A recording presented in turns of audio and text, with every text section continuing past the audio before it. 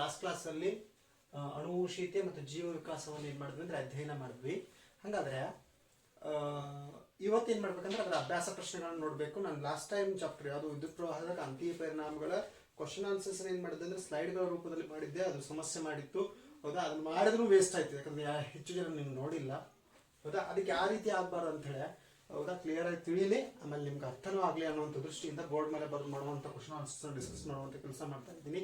ಅದಕ್ಕೆ ನಾವೇನು ಅಂದರೆ ಫಸ್ಟ್ ಮಲ್ಟಿಪಲ್ ಚಾಯ್ಸ್ ಕ್ವಶನ್ ಇಂದ ಅಭ್ಯಾಸ ಪ್ರಶ್ನೆಗಳನ್ನ ನಾನು ಈಗಾಗಲೇ ಟೆಕ್ಸ್ಟ್ ಬುಕ್ ಇರುವಂಥ ಎಲ್ಲ ಮಿಡಲ್ ಕ್ವಶನ್ಸ್ನ ನಿಮ್ಮ ಜೊತೆ ಡಿಸ್ಕಸ್ ಮಾಡ್ತಾ ಬಂದಿದ್ದೀನಿ. ನಿಮ್ಗೆ ಏನೋ ಟೆಕ್ಸ್ಟ್ ಬುಕ್ ಮಿಡಲ್ ಇರುವಂಥ ಕ್ವಶನ್ಸ್ ವೆರಿ ಇಂಪಾರ್ಟೆಂಟ್ ಆಗ್ತಾವೆ. ಒಂದ್ಸಲ ಅದನ್ನ ತೆಗೆದು ನೋಡುವಂಥ ಕೆಲಸ ಮಾಡಿರಿ, ಅದರ ಆನ್ಸರ್ನ ನೋಡ್ಕೊಳ್ರಿ ಅಂತ ಹೇಳ್ತಾ, ಹೌದಾ. ಮೊದಲನೇ ಕ್ವಶನ್ ನೋಡೋಣ. ಮೆಂಡಲ್ರ ಪ್ರಯೋಗವೊಂದರಲ್ಲಿ ನೇರಳೆ ಹೂ ಬಿಡುವ ಎತ್ತರದ ಸಸ್ಯಗಳೊಂದಿಗೆ ಬಿಳಿ ಹೂ ಬಿಡುವ ಕುಬ್ಜ ಸಸ್ಯಗಳನ್ನ ತೆಗೆದುಕೊಳ್ಳಲಾಗಿದೆ. ಹಂಗಾದ್ರೆ ಇದು ದ್ವಿತಳೀಕರಣ. ಯಾಕೆ? ಎರಡು ಲಕ್ಷಣಗಳಿಗೆ ಸಂಬಂಧಿಸಿದಂತೆ ನಾವೇನ್ ಮಾಡ್ತಾ ಇದಾರೆ, ತಳೀಕರಣವನ್ನು ನಡೆಸ್ತಾ ಇದ್ದಾರೆ. ಇವುಗಳಿಂದ ಪಡೆದ ಸಂತತಿಯೆಲ್ಲವೂ ನೇರಳೆ ಹೂಗಳನ್ನು ಹೊಂದಿದೆ. ಇವುಗಳನ್ನ ಪಡೆದ ಸಂತತಿ ಎಲ್ಲ ಏನು ನೇರಳೆ ಹೂಗಳನ್ನು ಹೊಂದಿದೆ ಅಂದ್ರೆ, ನೇರಳೆ ಹೂ ಏನಪ್ಪಾ ಅಂದ್ರೆ ಪ್ರಬಲ ಅಂಶ ಅಂತ ಅರ್ಥ. ಆದ್ರೆ ಅರ್ಧದಷ್ಟು ಕುಬ್ಜವಾಗಿವೆ. ಆದ್ರೆ ಅರ್ಧದಷ್ಟು ಏನಾಗಿದಾವ, ಕುಬ್ಜವಾಗಿ. ಇದರಿಂದ ನಾವು ಸಸ್ಯದ ತಳಿ ಗುಣವನ್ನ ಹೀಗೆ ಸೂಚಿಸಬಹುದು. ಸಸ್ಯದ ತಳಿ ಗುಣವನ್ನ ಏನ್ ಮಾಡಬಹುದು, ಹೀಗೆ ಸೂಚಿಸಬಹುದು, ಹೌದಾ. ಏನಪ್ಪಾ ಅಂದ್ರೆ ಮೊದಲನೇ ತಳಿ ಪೀಳಿಗೆಯಲ್ಲಿ ಎಲ್ಲಾನು ನೇರಳೆ ಹೂಗಳನ್ನ ಬಿಡುವಂತ ಎತ್ತರ ಸಸ್ಯಗಳಾಗಿದಾವ. ನಂತರದಲ್ಲಿ ಏನಪ್ಪಾ ಅಂದ್ರೆ ಅರ್ಧದಷ್ಟು ಕುಬ್ಜವಾಗಿದಾವ. ಹಂಗಾದ್ರೆ ಅವು ಅಪ್ಪು ಏನಂತ ಕರಿತೀವಿ ಅದನ್ನ, ಏನಪ್ಪಾ ಅಂದ್ರೆ ಕುಬ್ಜ ಸಸ್ಯಗಳೆಲ್ಲ ಉಂಟಾಗ್ಲಿಕ್ಕೆ ಸಾಧ್ಯ ಇದೆ ಎರಡನೇ ತಳಿ ಪೀಳಿಗೆಯಲ್ಲಿ, ಹೌದಾ. ಎತ್ತರ ಅನ್ನೋದು ಪ್ರಬಲ ಗುಣ, ಹೌದಾ. ಮೊದಲನೇ ತಳಿ ಪೀಳಿಗೆಯಲ್ಲಿ ಎಲ್ಲನೂ ಎತ್ತರ ನೇರಳೆ ಸಸ್ಯಗಳಾಗಿರ್ತಾವ. ಈಗ ಒಂದಾದ್ರೂ ಅರ್ಧದಷ್ಟು ಏನಾಗಿದೆ ಅಂದ್ರೆ ಕುಬ್ಜ ಸಸ್ಯಗಳಾಗಿ ಉಂಟಾಗಿದಾವ ಅಂದ್ರೆ ಅದಕ್ಕೆ ಉಂಟಾಗ್ಲಿಕ್ಕೆ ಕಾರಣವಾದಂತಹ ವಂಶವಾಹಿ, ಹೌದಾ, ಯಾವ್ದಪ್ಪ ಅಂದ್ರೆ ಆಪ್ಷನ್ ಸಿ ಏನಪ್ಪಾ ಅಂದ್ರೆ ಸರಿಯಾದ ಉತ್ತರ. ಯಾಕ? ಕುಬ್ಜ. ನೋಡಿ, capital T capital T capital T T ಇವೆರಡು ಎತ್ತರ ಸಸ್ಯಗಳೇ ಇರ್ತಾವ. ಆದ್ರೆ ಇಲ್ಲಿ ಏನು ಹೇಳಿದಾರೆ ಅವರು, ಕುಬ್ಜ ಸಸ್ಯಗಳು ಉಂಟಾಗಿವೆ ಅಂತ ಹೇಳಿದ್ದಾರೆ. ಹಾಗಾದ್ರೆ ಇರುವಂತ ಆಪ್ಷನ್ಸ್ ಅಲ್ಲಿ ಸಿ ಮತ್ತು ಡಿ ಎರಡರಲ್ಲೇ ಆನ್ಸರ್ ಇರಬೇಕು. ಸಿ ಮತ್ತು ಡಿ ಎರಡರಲ್ಲಿ ಏನಿರಬೇಕು, ಆನ್ಸರ್ ಇರಬೇಕು. ಆಮೇಲೆ ನೇರಳೆ ಅಂತ, ಹೌದಾ. ಇದು ನೇರಳೆ ಇದೆ, ಆದ್ರೆ ಇದು ಏನಿದೆ, ನೇರಳೆ ಇದೆ, ಆದ್ರೆ ಪ್ರಬಲವಾದ ನೇರಳೆ ಇಲ್ಲ. ಪ್ರಬಲವಾದ ನೇರಳೆ ಇಲ್ಲ, ಅದಕ್ಕೆ ನಾವು ಇದನ್ನ ಆರಿಸ್ತೀವಿ. ಯಾಕ? ಪ್ರಬಲವಾದ ನೇರಳೆ.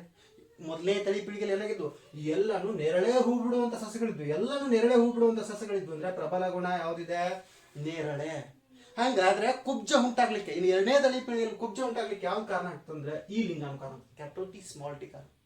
ಹಾಗಾದ್ರೆ ಆಪ್ಷನ್ ಸಿ ಏನಪ್ಪಾ ಅಂದ್ರೆ ಸರಿಯಾದ ಉತ್ತರ, ಹೌದಾ. ಇನ್ನು ಎರಡನೇ ಕ್ವಶನ್ ನೋಡೋಣ. ಸಮರೂಪಿ ಅಂಗಗಳಿಗೆ ಉದಾಹರಣೆ ಎಂದರೆ, ಇದು ಎಲ್ಲರನ್ನು ಕನ್ಫ್ಯೂಸ್ ಮಾಡುವಂತ ಕ್ವಶನ್. ಯಾಕೆ ಎಲ್ಲರನ್ನು ಕನ್ಫ್ಯೂಸ್ ಮಾಡುವಂತ ಕ್ವಶನ್ ಅಂದ್ರೆ, ಸಮರೂಪಿ ಅಥವಾ ರಚನಾರೂಪಿ ಅಂಗಗಳು, ಹೌದಾ. ಅಂಗಗಳ ರಚನೆ ಒಂದೇ ಆಗಿದ್ದು ಕಾರ್ಯ ಬೇರೆ ಬೇರೆ ಆಗಿದ್ರೆ ಅದರ ರಚನಾರೂಪಿ ಅಥವಾ ಸಮರೂಪಿ ಅಂತ ಕರಿತೀವಿ. ಆಮೇಲೆ ಸಮವೃತ್ತಿ ಅಥವಾ ಕಾರ್ಯರೂಪಿ ಅಂಗಗಳು, ಅಂಗಗಳ ರಚನೆ ಬೇರೆ ಬೇರೆ ಇದ್ದು ಮಾಡುವಂತ ಕಾರ್ಯ ಒಂದೇ ಆಗಿದ್ರೆ ಅದನ್ನ ಕಾರ್ಯರೂಪಿ ಅಥವಾ ಸಮವೃತ್ತಿ ಅಂಗಗಳು ಅಂತ ಕರಿತೀವಿ. ಹಾಗಾದ್ರೆ ಅವ್ರು ಇಲ್ಲಿ ಏನ್ ಕೇಳಿದಾರ, ಸಮರೂಪಿ ಅಂಗಗಳಿಗೆ ಉದಾಹರಣೆ ಏನ್ ಕೇಳಿದಾರ, ಸಮರೂಪಿ ಅಂಗಗಳಿಗೆ ಉದಾಹರಣೆ ಏನ್ ಕೇಳಿದಾರ.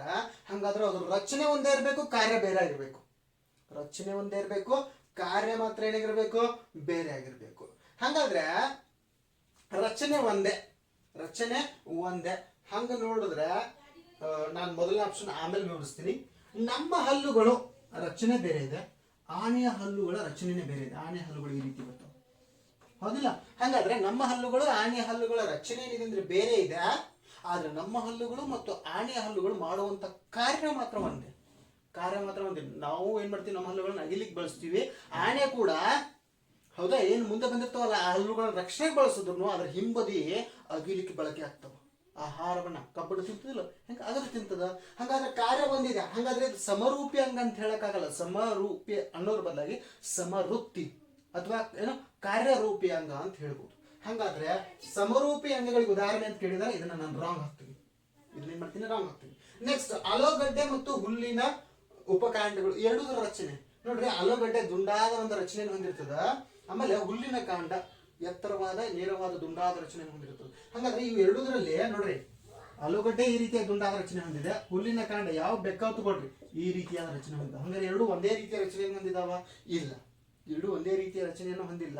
ಆದ್ರೆ ಎರಡನ್ನು, ಇದನ್ನು ಮನುಷ್ಯರ ಆಹಾರವಾಗಿ ಬಳಸ್ತಾರೆ, ಇದನ್ನ ಪ್ರಾಣಿಗಳಿಗೆ ಆಹಾರವಾಗಿ ಬಳಸ್ತೀವಿ. ಹಂಗಾದ್ರೆ ಮಾಡುವಂತಹ ಕಾರ್ಯ ಮಾತ್ರ ಒಂದಿದೆ. ಹಂಗಾದ್ರೆ ಇದು ಕೂಡ ಸಮರೂಪಿ ಅಂಗಾನೆ.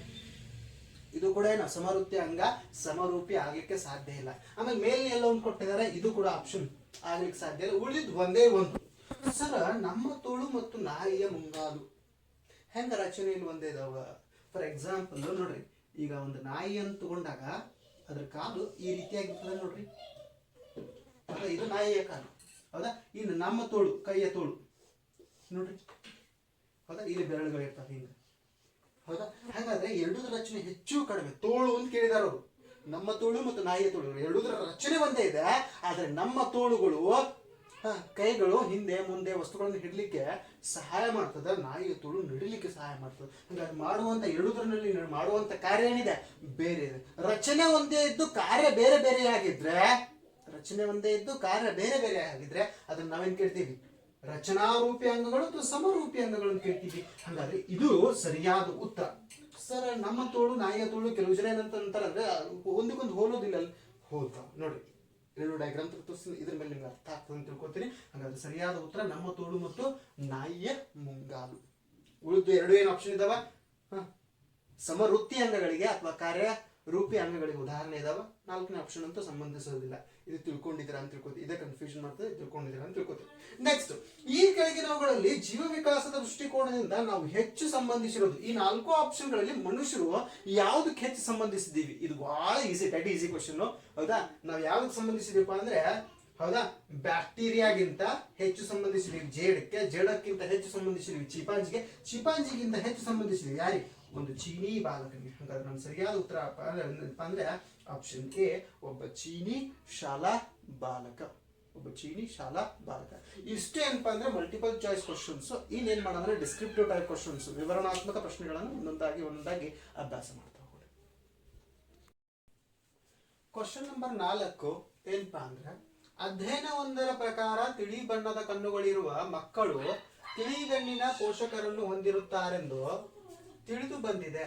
ಇದನ್ನು ಆಧರಿಸಿ ತಿಳಿಗಣ್ಣಿಗೆ ಕಾರಣವಾದ ಗುಣ ಪ್ರಬಲವೇ ಅಥವಾ ದುರ್ಬಲವೇ, ಏಕೆ ಮತ್ತು ಏಕಲ್ಲ ಅಂತ ಕ್ವಶನ್ ಕೇಳಿದ್ದಾರೆ. ಹಾಗಾದ್ರೆ ಈ ಪ್ರಶ್ನೆಯನ್ನು ಬಿಡಿಸ್ಬೇಕಾದ್ರೆ ನಾವು ವೆರಿ ಸಿಂಪಲ್ ಆಗಿ ನಾವು ಮೆಂಡಲ್ನ ಪ್ರಯೋಗಗಳನ್ನ ಸರಿಯಾಗಿ ತಿಳ್ಕೊಂಡಿದೀವಿ ಅಂದ್ರೆ, ಕೆಲವು ಬುಕ್ಗಳಲ್ಲಿ ಗೈಡ್ಗಳಲ್ಲಿ ಇದನ್ನ ಆನ್ಸರ್ ಬೇರೆ ಕೊಟ್ಟಿದಾರ. ಆದ್ರೆ ಇದ್ರ ಉತ್ತರ ಏನಪ್ಪಾ ಅಂದ್ರೆ ಪ್ರಬಲ. ಇದ್ರ ಉತ್ತರ ಏನು? ಪ್ರಬಲ. ಯಾಕಂದ್ರೆ ಇದನ್ನು ವಿದ್ಯಾರ್ಥಿಗಳು ನಮ್ಮ ಜೊತೆ ಡಿಸ್ಕಸ್ ಮಾಡಿದ್ರು, ಅದ್ರ ಬೇಸ್ ಮೇಲೆ ಹೇಳ್ತಾ ಇದ್ದೀನಿ. ಅಧ್ಯಯನವೊಂದರ ಪ್ರಕಾರ ತಿಳಿ ಬಣ್ಣದ ಕಣ್ಣುಗಳಿರುವ ಮಕ್ಕಳು ತಿಳಿಗಣ್ಣಿನ ಪೋಷಕರನ್ನು ಹೊಂದಿರುತ್ತಾರೆ.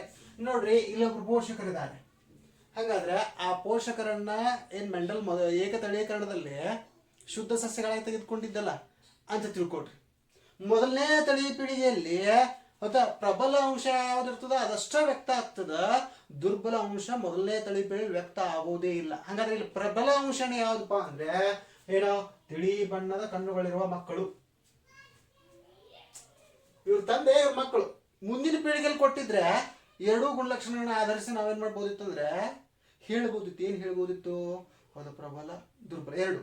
ಆದ್ರೆ ತಂದೆಗಳಿಂದ ಮಕ್ಕಳು ಅಷ್ಟೇ ಕೊಟ್ಟಿದ್ದಾರೆ. ತಂದೆಯಿಂದ ಮಕ್ಕಳು ಅಂದ್ರೆ ಮೊದಲನೇ ತಳಿ ಪೀಳಿಗೆ ಅಷ್ಟಿದೆ. ಮೊದಲನೇ ತಳಿ ಪೀಳಿಗೆಯಲ್ಲಿ ಬರುವಂತಹ ಏನು ಲಕ್ಷಣ ಇರ್ತದಲ್ಲ ಅದು ಒಂದೇ ಇರ್ತದ.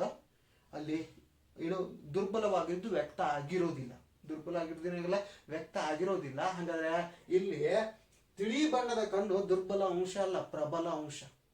ತಿಳಿ ಬಣ್ಣದ ಕಣ್ಣುಗಳಿರುವ ಮಕ್ಕಳು ಅದು ದುರ್ಬಲ ಅಂಶ ಅಲ್ಲ, ಅದು ಪ್ರಬಲ ಅಂಶ. ಹಂಗಾದ್ರೆ ಹೇಳೋದು ಪ್ರಬಲ. ಯಾಕಪ್ಪ ಪ್ರಬಲ?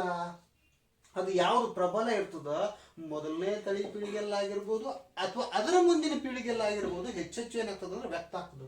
ಹೆಚ್ಚೆಚ್ಚು ಏನಾಗ್ತದ? ವರ್ಗಾವಣೆ ಆಗ್ತದ ಮತ್ತು ವ್ಯಕ್ತ ಆಗ್ತದೆ. ಯಾವುದು ಹೆಚ್ಚೆಚ್ಚು ಮುಂದಿನ ಪೀಳಿಗೆಗಳಲ್ಲಿ ವ್ಯಕ್ತ ಆಗ್ತಾ ಇದೆ ಅದು ಪ್ರಬಲ ಅಂಶ. ಅದು ಏನೋ ಪ್ರಬಲ ಅಂಶ. ಹೌದಾ, ಇದನ್ನ ಏನೋ ಪ್ರಬಲ ಮತ್ತು ದುರ್ಬಲ ಹೇಳಲಿಕ್ಕೆ ಆಗೋದಿಲ್ಲ ಅಂತ ಏನೋ ಪೋಷಕರನ್ನ ಮತ್ತು ಅವರ ಮಕ್ಕಳನ್ನ ಕೊಟ್ಟು ಕೇಳಿದ್ರೆ ಹೇಳಕ್ ಆಗಲ್ಲ ಅಂತ ಬರೆದ್ರು. ಇಲ್ಲ, ಪೋಷಕರು ಮತ್ತು ಅವ್ರ ಮಕ್ಕಳನ್ನು ಕೊಟ್ಟಿದ್ದೆ ಆದ್ರೆ ಏಕತಳೀಕರಣದ ಪ್ರಯೋಗದಲ್ಲಿ ಮೊದಲನೇ ತಳಿ ಪೀಳಿಗೆಯಲ್ಲಿ ಪ್ರಬಲ ಅಂಶ ಅಷ್ಟೇ ವ್ಯಕ್ತ ಆಗಿತ್ತಲ್ಲ. ಈ ದ್ವಿತಳೀಕರಣದಲ್ಲಿ ಮೊದಲನೇ ತಳಿ ಪೀಳಿಗೆಯಲ್ಲಿ ಪ್ರಬಲ ಅಂಶ ಮಾತ್ರ. ಎಲ್ಲಾ ಸಸ್ಯಗಳು ಎತ್ತರ ಮತ್ತು ಕೆಂಪು ಹೂಗಳನ್ನು ಬಿಡುವ ಸಸ್ಯಗಳಾಗಿದ್ದಿಲ್ಲ. ಹಂಗಾರೆ ಎತ್ತರ ಮತ್ತು ಕೆಂಪು ಇವೆರಡೇನು ಪ್ರಬಲ ಅಂಶಗಳಾಗುದಿಲ್ಲ. ಹಂಗಾರೆ ಮೊದಲನೇ ತಳಿ ಪೀಳಿಗೆಯಲ್ಲಿ ಪ್ರಬಲ ಅಂಶಗಳು ಮಾತ್ರ ಏನೋ ವ್ಯಕ್ತ ಆಗ್ತದ. ಹಂಗಾರೆ ಪೋಷಕರು ಮತ್ತು ಅವ್ರ ಮಕ್ಕಳನ್ನು ಕೊಟ್ಟಿದ್ದಾರೆ ಅಂದ್ರೆ ಏನು? ಒಂದೇ ಪೀಳಿಗೆ ಐತಿ. ಒಂದೇ ಪೀಳಿಗೆ ಐತಿ ಅಂದ್ರೆ ಅದು ಪ್ರಬಲ ಅಂಶನೇ ವ್ಯಕ್ತ ಆಗ್ಬೇಕು. ಪ್ರಬಲ ಅಂಶನೇ ಆಗ್ಬೇಕು, ವ್ಯಕ್ತ ಆಗ್ಬೇಕು. ನಿಮ್ಗೆ ತಿಳ್ಕೊಂಡಿದ್ರ ಅಂತ ತಿಳ್ಕೊಳ್ತೀನಿ. ಕನ್ಫ್ಯೂಷನ್ ಆಗ್ಬಾರ್ದು. ಹೌದಾ? ಇನ್ನ ಅಧ್ಯಯನ ಕ್ಷೇತ್ರಗಳಾದ ಜೀವ ವಿಕಾಸ, ಅಧ್ಯಯನ ಕ್ಷೇತ್ರಗಳಾದ ಜೀವ ವಿಕಾಸ ಮತ್ತು ವರ್ಗೀಕರಣ ಹೇಗೆ ಅಂತರ್ ಸಂಬಂಧಿಸಿವೆ? ಹೌದಾ? ಹೇಗೆ ಅಂತರ್ ಸಂಬಂಧಿಸಿವೆ? ಹೌದಾ? ಹೇಗೆ ಅಂತರ್ ಸಂಬಂಧಿಸಿವೆ? ಹೌದಾ? ಜೀವ ವಿಕಾಸವನ್ನ ಅಧ್ಯಯನ ಮಾಡಲಿಕ್ಕೆ ನಮ್ಗೆ ವರ್ಗೀಕರಣ 9ನೇ ತರಗತಿಯಲ್ಲೇ ವರ್ಗೀಕರಣ ಇಟ್ಟು 10ನೇ ತರಗತಿಯಲ್ಲಿ ಜೀವ ವಿಕಾಸವನ್ನು ಯಾಕೆ ಇಟ್ಟರು? ಸಿಂಪಲ್ ಎಕ್ಸಾಂಪಲ್ ಕೊಡ್ತೀನಿ. ಯಾಕಂದ್ರೆ ಯಾವಾಗ ನೀವು ಒಂದು ಜೀವಿಯಲ್ಲಿರುವಂತಹ ಹೋಲಿಕೆ ಮತ್ತು ವ್ಯತ್ಯಾಸ ಸರಿಯಾಗಿ ಅರ್ಥ ಆಗ್ತಾವ, ಅವಾಗ ನೀವು ಜೀವ ವಿಕಾಸವನ್ನ, ಈಗ ಫಾರ್ ಎಕ್ಸಾಂಪಲ್ ನಾನು ಏನು ಸರೀಸೃಪಗಳು ಮತ್ತು ಪಕ್ಷಿಗಳು ಇವುಗಳ ನಡುವಿನ ಹೋಲಿಕೆ ಮತ್ತು ವ್ಯತ್ಯಾಸಗಳು ಹೇಳುವಂತ ಕೆಲಸ ಮಾಡಿದೆ. ಹಾಗಾದ್ರೆ ಹೋಲಿಕೆ ವ್ಯತ್ಯಾಸ ನಾವು ಮೊದಲು ಎಲ್ಲಿ ಅಭ್ಯಾಸ ಮಾಡಿದೀವಿ? 9ನೇ ತರಗತಿಯಲ್ಲಿ. ಹೌದಾ? ಅದಕ್ಕೆ ನಮ್ಗೆ ಏನಪ್ಪಾ ಅಂದ್ರೆ ಅಧ್ಯಯನ ಕ್ಷೇತ್ರಗಳಾದ ಜೀವ ವಿಕಾಸ ಮತ್ತು ವರ್ಗೀಕರಣ ಎರಡೂ ಅಂತರ್ ಸಂಬಂಧಿಸಿದವ. ಹೌದಾ? ಅಂತರ್ ಸಂಬಂಧಿಸಿವೆ. ಹೌದಾ? ಹೇಗೆ ಅಂತ ಕೇಳ್ತಾರ. ಹಾಗಾದ್ರೆ ನಾವು ಪಾಯಿಂಟ್ಸ್ ಮಾಡಿ ಏನು ಮಾಡ್ಬೇಕಾಗ್ತದೆ? ವಿವರಿಸಬೇಕಾಗ್ತದ. ಜೀವ ವಿಕಾಸ ಮತ್ತು ವರ್ಗೀಕರಣಗಳ ತತ್ವಗಳನ್ನು ಆಧರಿಸಿ ನಮ್ಮ ಸುತ್ತಮುತ್ತಲಿನ ಪ್ರಭೇದಗಳು, ಬೇರೆ ಬೇರೆ ಪ್ರಭೇದಗಳು, ಹೌದಾ, ಪ್ರಭೇದಗಳ ಜೀವ ವಿಕಾಸೀಯ ಸಂಬಂಧಗಳನ್ನ, ಈಗ ಯಾವಾಗ ನಿನ್ನೆ ಏನೋ ಪಾಠ ಹೇಳ್ಬೇಕಾದ್ರೆ ನಾನೇನ್ ಮಾಡ್ದಂದ್ರೆ ಕಶೇರುಕಗಳ 5 ಗುಂಪುಗಳು, ಯಾವು? ಮೀನುಗಳು, ಉಭಯವಾಸಿಗಳು, ಸರೀಸೃಪಗಳು, ಪಕ್ಷಿಗಳು ಮತ್ತು ಸ್ತನಿಗಳು. ಈ 5 ಗುಂಪುಗಳ ಏನ್ ಮಾಡಿದಂದ್ರೆ ಭ್ರೂಣಗಳನ್ನು ತಗೊಂಡು ನಿಮ್ಗೆ ವಿವರಿಸುವಂತ ಕೆಲಸ ಮಾಡಿದೆ. 5 ಭ್ರೂಣಗಳಲ್ಲಿ ಯಾವುದೇ ವ್ಯತ್ಯಾಸ ಇಲ್ಲ, ಬೆಳವಣಿಗೆ ಬೇರೆ ಬೇರೆ ಹಂತಗಳಲ್ಲಿ ಬೇರೆ ಬೇರೆ ಅಂಗಗಳು ಬೆಳೀತಾವೆ. ಹಂಗಾದ್ರೆ ಆ ಭ್ರೂಣವನ್ನು ಅಧ್ಯಯನ ಮಾಡೋದ್ರಿಂದ ನಮ್ಗೆ ಏನ್ ಗುರ್ತಾಗ್ತದ? ಜೀವ ವಿಕಾಸಿ ಸಂಬಂಧಗಳು ಉಂಟಾಗ್ತವೆ. ಆಮೇಲೆ ಆ 5 ಗುಂಪುಗಳನ್ನು ನಾವು ಹೆಂಗ್ ವರ್ಗೀಕರಿಸಿದೀವಿ? ಹೋಲಿಕೆ ಮತ್ತು ವ್ಯತ್ಯಾಸದಾದ್ಮೇಲೆ ಮೀನುಗಳು ಬೇರೆ, ಉಭಯವಾಸಿಗಳು ಬೇರೆ, ಸರೀಸೃಪಗಳು ಬೇರೆ, ಪಕ್ಷಿಗಳು ಬೇರೆ, ಮೀನುಗಳು ಬೇರೆ. ಹಾಗಾದ್ರೆ ಹಂಗೆ ವರ್ಗೀಕರಿಸಿದ್ದಲ್ಲೇ ವರ್ಗೀಕರಣದಲ್ಲಿ ಆ ವರ್ಗೀಕರಿಸಿದಂತಹ ಸಂಬಂಧಗಳನ್ನ ಹೋಲಿಕೆ ಮತ್ತು ವ್ಯತ್ಯಾಸದ ಅನುಗುಣವಾಗಿ ಏನು ಅಭ್ಯಾಸ ಮಾಡಿ ಜೀವ ವಿಕಾಸವನ್ನು ಅಧ್ಯಯನ ಮಾಡ್ತಿದ್ದೀವಿ. ಅದಕ್ಕೆ ಈ ಎರಡು ಏನಪ್ಪಾ ಅಂದ್ರೆ ಅಂತರ್ ಸಂಬಂಧವನ್ನ ಹೊಂದಿದ್ದಾವೆ. ಅದಕ್ಕೆ ಮೊದಲನೇ ಅಂಶ ಏನಪ್ಪಾ ಅಂದ್ರೆ ಜೀವ ವಿಕಾಸ ಮತ್ತು ವರ್ಗೀಕರಣ ತತ್ವಗಳನ್ನ ಆಧರಿಸಿ ನಮ್ಮ ಸುತ್ತಮುತ್ತಲಿನ ಜೀವ ಪ್ರಭೇದಗಳ ಜೀವ ವಿಕಾಸೀಯ ಸಂಬಂಧಗಳನ್ನ ತಿಳಿಯಬಹುದು ಒಂದು. ಎರಡನೇದು ಜೀವಿಗಳ ನಡುವಿನ ಸಾಮ್ಯತೆ. ಸಾಮ್ಯತೆ ಅಂದ್ರೆ ಹೇಳಿದ್ದೀನಿ ನಿಮ್ಗೆ, 2 ಜೀವಿಗಳನ್ನು ತಗೊಂಡಾಗ ಅವುಗಳಲ್ಲಿ ಏನೇನು ಹೋಲಿಕೆ ಐತಲ್ಲ ಅದನ್ನ ಸಾಮ್ಯತೆ ಅಂತ ಕರಿತೀವಿ. ನಾನು ಇದರಲ್ಲೂ 2 ಕೈಗಳಿದಾವ, ಅದರಲ್ಲೂ 2 ಕೈ ಇದಾವೆ, ಇದರಲ್ಲೂ 2 ಕಾಲುಗಳಿದಾವೆ, ಅದರಲ್ಲಿ ಇವೇನು ಹೋಲಿಕೆ. ಹಾಗಾದ್ರೆ ಜೀವಿಗಳ ನಡುವಿನ ಸಾಮ್ಯತೆ ಗುಣಗಳ ಆಧಾರದ ಮೇಲೆ ಗುಂಪಾಗಿ ವಿಂಗಡಿಸಿ ಅಧ್ಯಯನ. ನೋಡ್ರಿ, ಹೋಲಿಕೆ ಆಧಾರದ ಮೇಲೆ ನಾವು ಗುಂಪಾಗಿ ವಿಂಗಡಿಸ್ತೀವಿ. ಗುಂಪಾಗಿ ವಿಂಗಡಿಸೋದ್ರಿಂದ ಅತಿ ಹೆಚ್ಚು ಸಂಖ್ಯೆಯ ಜೀವಿಗಳನ್ನ ಅತ್ಯಂತ ಕಡಿಮೆ ವೇಳೆಯಲ್ಲಿ ಅಧ್ಯಯನ ಮಾಡಬಹುದು ಅಂತ ನಾನು ಲಾಸ್ಟ್ ಕ್ಲಾಸಲ್ಲಿ ಹೇಳಿದ್ದೀನಿ. ಹೌದಾ? ಅದಕ್ಕೆ ನಾವು ವರ್ಗೀಕರಣವನ್ನು ಮಾಡ್ತೀವಿ. ವರ್ಗೀಕರಣ ಮಾಡೋದ್ರಿಂದ ನಮ್ಗೆ ಏನ್ ಮಾಡ್ತದೆ ಅಂದ್ರೆ ಜೀವ ವಿಕಾಸೀಯ ಸಂಬಂಧಗಳನ್ನ ಪತ್ತೆ ಹಚ್ಚಲಿಕ್ಕೆ ಸಹಕಾರಿಯಾಗ್ತದೆ. ಇದು ಎರಡನೇ ಅಂಶ. ಮೂರನೇದು 2 ಪ್ರಭೇದಗಳ ಸಾಮಾನ್ಯ ಲಕ್ಷಣಗಳು ಹೆಚ್ಚಿದಂತೆ. 2 ಪ್ರಭೇದಗಳು ತಗೋತೀವಿ, ಒಂದು ಮನುಷ್ಯನ ಪ್ರಭೇದ, ಒಂದು ಮಂಗನ ಪ್ರಭೇದ ಅಂತ ಇಟ್ಕೊಳ್ರಿ. 2 ಪ್ರಭೇದಗಳ ಸಾಮಾನ್ಯ ಲಕ್ಷಣಗಳು ಹೆಚ್ಚಿದಂತೆ ಅವುಗಳ ಸಂಬಂಧವು ನಿಕಟವಾಗ್ತಾ ಹೋಗ್ತದೆ. ಹಾಗಾದ್ರೆ ಆ ಮನುಷ್ಯ ಮತ್ತು ಮಂಗ ಇವು 2 ಜೀವಿಗಳು ಒಂದೇ ಜೀವಿಯಿಂದ ಉಗಮ ಆಗಿರ್ಬಹುದಲ್ಲ ಅಂತ ಒಂದು ಊಹೆ ಉಂಟಾಗಲಿಕ್ಕೆ ಪ್ರಾರಂಭಿಸ್ತದೆ. ವರ್ಗೀಕರಣ ಮನುಷ್ಯ ಬೇರೆ ಪ್ರಭೇದ, ಮಂಗ ಬೇರೆ ಪ್ರಭೇದ ಅಂತ ಹೇಳ್ತು. ಆದ್ರೆ ಜೀವ ವಿಕಾಸ ಇವು 2 ಮೂಲ ಒಂದೇ ಇರಬಹುದು. ಅಂದ್ರೆ 2 ಏನಾಗಿದಾವ?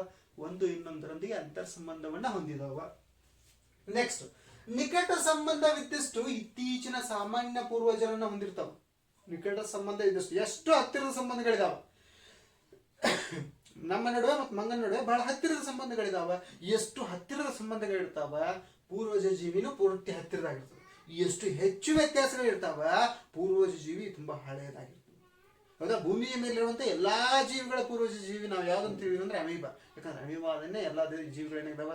ಉಗಮ ಆಗಿದಾವ. ಮೊಟ್ಟ ಮೊದಲ ಏಕಕೋಶೀಯ ಜೀವಿ ಯಾವುದು? ಎಲ್ಲಿ? ನೀರಿನಲ್ಲಿ ಉಂಟಾದ ಅಮೀಬಾ, ಪಕ್ಷಿಯಲ್ಲಿ. ಹಾಗಾದ್ರೆ ಪೂರ್ವಜ ಜೀವಿ, ನಮ್ಮೆಲ್ಲರ ಪೂರ್ವಜ ಜೀವಿ ಅಮೀಬಾ, ಅಮರಜೀವಿ ಅಮೀಬಾ ಅಂತ ಯಾಕೆ ಹೇಳ್ತೀವಿ? ಇದಕ್ಕೋಸ್ಕರ. ನೆಕ್ಸ್ಟ್, ಇನ್ನ ಮುಂದುವರೆದು ದೂರ ಸಂಬಂಧವುಳ್ಳ ಸಾಮಾನ್ಯ ಪೂರ್ವಜರಿರುವ ಬೃಹತ್ ಗುಂಪುಗಳನ್ನು ಮಾಡುತ್ತಾರೆ. ಮುಂದುವರೆದಂತೆ ಹೆಚ್ಚು ವ್ಯತ್ಯಾಸಗಳನ್ನು ಹೊಂದಿದಂತಹ ಜೀವಿಗಳ ನಡುವೆ ಬೃಹತ್ ಗುಂಪುಗಳನ್ನು ಮಾಡುತ್ತಾ. ಹೆಂಗ? ಕಶೇರುಕಗಳು ಬೇರೆ, ಅಕಶೇರುಕಗಳು ಬೇರೆ. ಕಶೇರುಕಗಳಲ್ಲಿ 5 ಗುಂಪು, ಅಕಶೇರುಗಳಲ್ಲಿ 8 ಗುಂಪು. ಹಿಂಗ ವರ್ಗೀಕರಣ ಮಾಡಿ ಏನ್ ಅಧ್ಯಯನ ಮಾಡ್ತೀವಲ್ಲ, ಹೌದಾ, ಇದು ಏನ್ ತಿಳಿಸ್ಕೊಡ್ಲಿಕ್ಕೆ ನಮ್ಗೆ ಸಹಾಯ ಮಾಡ್ತದಂದ್ರ ಯಾವ ರೀತಿಯಾಗಿ ಜೀವಿಗಳು ನಿನ್ನೆ ಆಫ್ರಿಕಾದಲ್ಲಿ ಹಿಂದೆ ಮುಂದೆ ಚಲಿಸುತ್ತಾ ಯಾವ ರೀತಿಯಾಗಿ ಜೀವ ವಿಕಾಸ ಹೊಂದಿದ್ರು, ಅವರಲ್ಲಿ ಉಂಟಾದಂತ ಬದಲಾವಣೆ, ಚರ್ಮದಲ್ಲಿ ಉಂಟಾದಂತ ಬದಲಾವಣೆ ಇರಬಹುದು, ದೇಹ ವಿನ್ಯಾಸದಲ್ಲಿ ಉಂಟಾದಂತ ಬದಲಾವಣೆ ಇರಬಹುದು. ಇವುಗಳೆಲ್ಲ ಉಂಟಾಗ್ಲಿಕ್ಕೆ ಕಾರಣ ಏನು, ಅಲ್ಲಿ ಭೌಗೋಳಿಕ ಪರಿಸರ ಅವ್ರ ಮೇಲೆ ಹೆಂಗ್ ಪರಿಣಾಮ ಬಿಟ್ಟು, ಇಂತಹ ಅಂಶಗಳನ್ನು ತಿಳ್ಕೊಳ್ಳಿಕ್ಕೆ ನಮಗೆ ಸಹಾಯ ಆಗ್ತದೆ. ನಮ್ಗೇನಾಗ್ತದ ಸಹಾಯ. ಇಷ್ಟು ಏನಪ್ಪಾ ಅಂದ್ರೆ ಅಧ್ಯಯನ ಕ್ಷೇತ್ರಗಳಾದ ಜೀವ ವಿಕಾಸ ಮತ್ತು ವರ್ಗೀಕರಣ ಅಂತರ್ ಸಂಬಂಧಿಸಿದೆ. ಇನ್ನು ನೆಕ್ಸ್ಟ್ ಕ್ವಶನ್, ಇದನ್ನ ನಾನು ಚಾಪ್ಟರ್ ಹೇಳ್ಬೇಕಾದ್ರೆ ಒಂದು ಪೀರಿಯಡ್ ಐ ಥಿಂಕ್ ಇದನ್ನೇ ಹೇಳಿದ್ದೀನಿ. ರಚನಾರೂಪಿ ಹಾಗೂ ಕಾರ್ಯರೂಪಿ ಅಂಗಗಳನ್ನು ಉದಾಹರಣೆಯೊಂದಿಗೆ ವಿವರಿಸಿ. ರಚನಾರೂಪಿ ಅಂಗಗಳು ಮತ್ತು ಕಾರ್ಯರೂಪಿ ಅಂಗಗಳು. ಹೌದಾ, ರಚನಾರೂಪಿ ಅಂಗಗಳನ್ನ ಮತ್ತು ಕಾರ್ಯರೂಪಿ ಅಂಗಗಳನ್ನ ಇನ್ನೊಂದು ಹೆಸರಿನಿಂದ ಗುರುತಿಸ್ತೀವಿ. ರಚನಾರೂಪಿ ಅಂಗಗಳನ್ನ ಸಮರೂಪಿ ಅಂಗಗಳು. ರಚನಾರೂಪಿ ಅಂಗಗಳನ್ನ ಏನ್ ಗುರುತಿಸ್ತೀವಿ?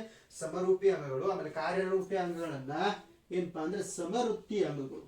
ಸಮವೃತ್ತಿ ಒಂದೇ ಕಾರ್ಯ, ಸಮವೃತ್ತಿ ಅಂಗಗಳು. ಹಾಗಾದ್ರೆ ಇವುಗಳ ನಡುವಿನ ವ್ಯತ್ಯಾಸ, ಹೌದಾ, ಬಹಳ ಕ್ಲಿಯರ್ ಆಗಿ ಹೇಳಿದ್ದೆ. ಅಲ್ಲೂ ಕೂಡ ಒಂದೇ ರೀತಿಯ ಅಂಗರಚನೆ ಇದ್ದು ಭ್ರೂಣದ ಹುಟ್ಟುವಿಕೆಯ ಮೂಲ ಕೂಡ ಒಂದೇ ತರಹವಿದ್ದು ಅವುಗಳು ಮಾಡುವಂತ ಕಾರ್ಯ ಮಾತ್ರ ಬೇರೆ ಬೇರೆಯಾಗಿದ್ರೆ ಅದನ್ನ ನಾವೇನ್ ಕೇಳ್ತೀವಿ ಅಂದ್ರೆ ರಚನಾರೂಪಿ ಅಂಗಗಳು. ಆಮೇಲೆ ಕಾರ್ಯರೂಪಿ ಅಂಗಗಳು ವಿಭಿನ್ನ ಅಂಗರಚನೆ ಇದ್ದು ಭ್ರೂಣದ ಹುಟ್ಟುವಿಕೆಯೂ ಕೂಡ ಬೇರೆ ಬೇರೆ ಆಗಿದ್ದು ಮಾಡುವಂತಹ ಕಾರ್ಯ ಮಾತ್ರ ಒಂದೇ ಆಗಿದ್ರೆ ಅದನ್ನೇನ್ ಕೇಳ್ತೀವಿ? ಕಾರ್ಯರೂಪಿ ಅಂಗಗಳು ಅಥವಾ ಸಮವೃತ್ತಿ ಅಂಗಗಳು. ಹಾಗಾದ್ರೆ ಉದಾಹರಣೆಯೊಂದಿಗೆ ರಚನಾರೂಪಿ ಅಂಗಗಳನ್ನ ಮತ್ತು ಕಾರ್ಯರೂಪಿ ಅಂಗಗಳನ್ನು ನೋಡೋದಾದ್ರೆ ನಾನು ಪಂಚಾಂಗುಲಿಗಳ ಉದಾಹರಣೆಯನ್ನು ಕೊಟ್ಟಿದ್ದೆ. ಹಂಗ ಬಹಳಷ್ಟು ಎಕ್ಸಾಂಪಲ್ ಕೊಡ್ಬೋದಾ? ನೀವು ಹೈಯರ್ ಕ್ಲಾಸ್ಗಳಲ್ಲಿ ಅಂತ ಬೇರೆ ಬೇರೆ ಎಕ್ಸಾಂಪಲ್ಸ್ ಅಭ್ಯಾಸ ಮಾಡ್ತೀನಿ. ನಾನು ಒಂದು ಎಕ್ಸಾಂಪಲ್ ಕೊಟ್ಟಿದ್ದೆ. ಏನಪ್ಪಾ ಅಂದ್ರೆ ಪಂಚಾಂಗುಲಿಗಳು ಅಂದ್ರೆ ಏನು? 5 ಬೆರಳುಗಳನ್ನು ಹೊಂದಿದಂತ ಜೀವಿಗಳು. ಮನುಷ್ಯ ಕೂಡ 5 ಬೆರಳುಗಳನ್ನು ಹೊಂದಿದಂತ ಜೀವಿ. ಅದಾದ ನಂತರ ಬಾವಲಿ ಕೂಡ 5 ಬೆರಳುಗಳನ್ನು ಹೊಂದಿದಂತ ಜೀವಿ. ಬಾತುಕೋಳಿ ಕೂಡ 5 ಬೆರಳುಗಳನ್ನು ಹೊಂದಿದಂತ ಜೀವಿ. ಆಮೇಲೆ ಹಲ್ಲಿಯ ಬೆರಳುಗಳು ಕೂಡ 5 ಬೆರಳುಗಳಿದಾವ. ಹಿಂಗ ಇವೆಲ್ಲ ಏನಪ್ಪಾ ಅಂದ್ರೆ ಪಂಚಾಂಗುಲಿಗಳು. ಹೌದಾ, ಎಲ್ಲದರ ರಚನೆ ಒಂದೇ ಇದೆ, ರಚನೆ ಇದೆ. ಆದ್ರೆ ಮಾನವನ ಕೈಯಲ್ಲಂತ ಬೆರಳುಗಳು ವಸ್ತುಗಳನ್ನು ಹಿಡಿಲಿಕ್ಕೆ ಸಹಾಯ ಮಾಡಿದ್ರೆ ಬಾವಲಿಯಲ್ಲಿರುವಂತ ಬೆರಳುಗಳ ಮಧ್ಯೆ ಏನಾಗಿದೆ ತಗೊಲು ಚರ್ಮ ಬೆಳ್ಕೊಂಡಿದೆ. ಆ ಚರ್ಮ ಏನ್ ಮಾಡ್ತದಂದ್ರೆ ಆ ಬಾವಲಿಗೆ ಹಾರ್ಲಿಕ್ಕೆ ಸಹಾಯ ಮಾಡ್ತದೆ. ಕಾರ್ಯ ಏನಾಯ್ತು? ಬೇರೆ ಆಯ್ತು. ಅದಾದ ನಂತರ ಬಾತುಕೋಳಿಯಲ್ಲೂ 5 ಬೆರಳುಗಳಿದಾವ. ಆದ್ರೆ ಅದರ ನಡುವೆ ಏನು ಚರ್ಮ ಬೆಳೆದಿಲ್ಲ. ಆ ಚರ್ಮವನ್ನು ಬಳಸ್ಕೊಂಡು ಏನ್ ಮಾಡ್ತಾವಂದ್ರೆ ಅವು ನೀರಿನಲ್ಲಿ ಈಜಲಿಕ್ಕೆ ಮುಂಗಾಲುಗಳು ರೆಕ್ಕೆಗಳಾಗಿದಾವ, ಹಿಂಗಾಲುಗಳು ಕಾಲುಗಳು ಈಜಲಿಕ್ಕೆ ಸಹಾಯ ಮಾಡ್ತವೆ. ಯಾವುದಕ್ಕೆ?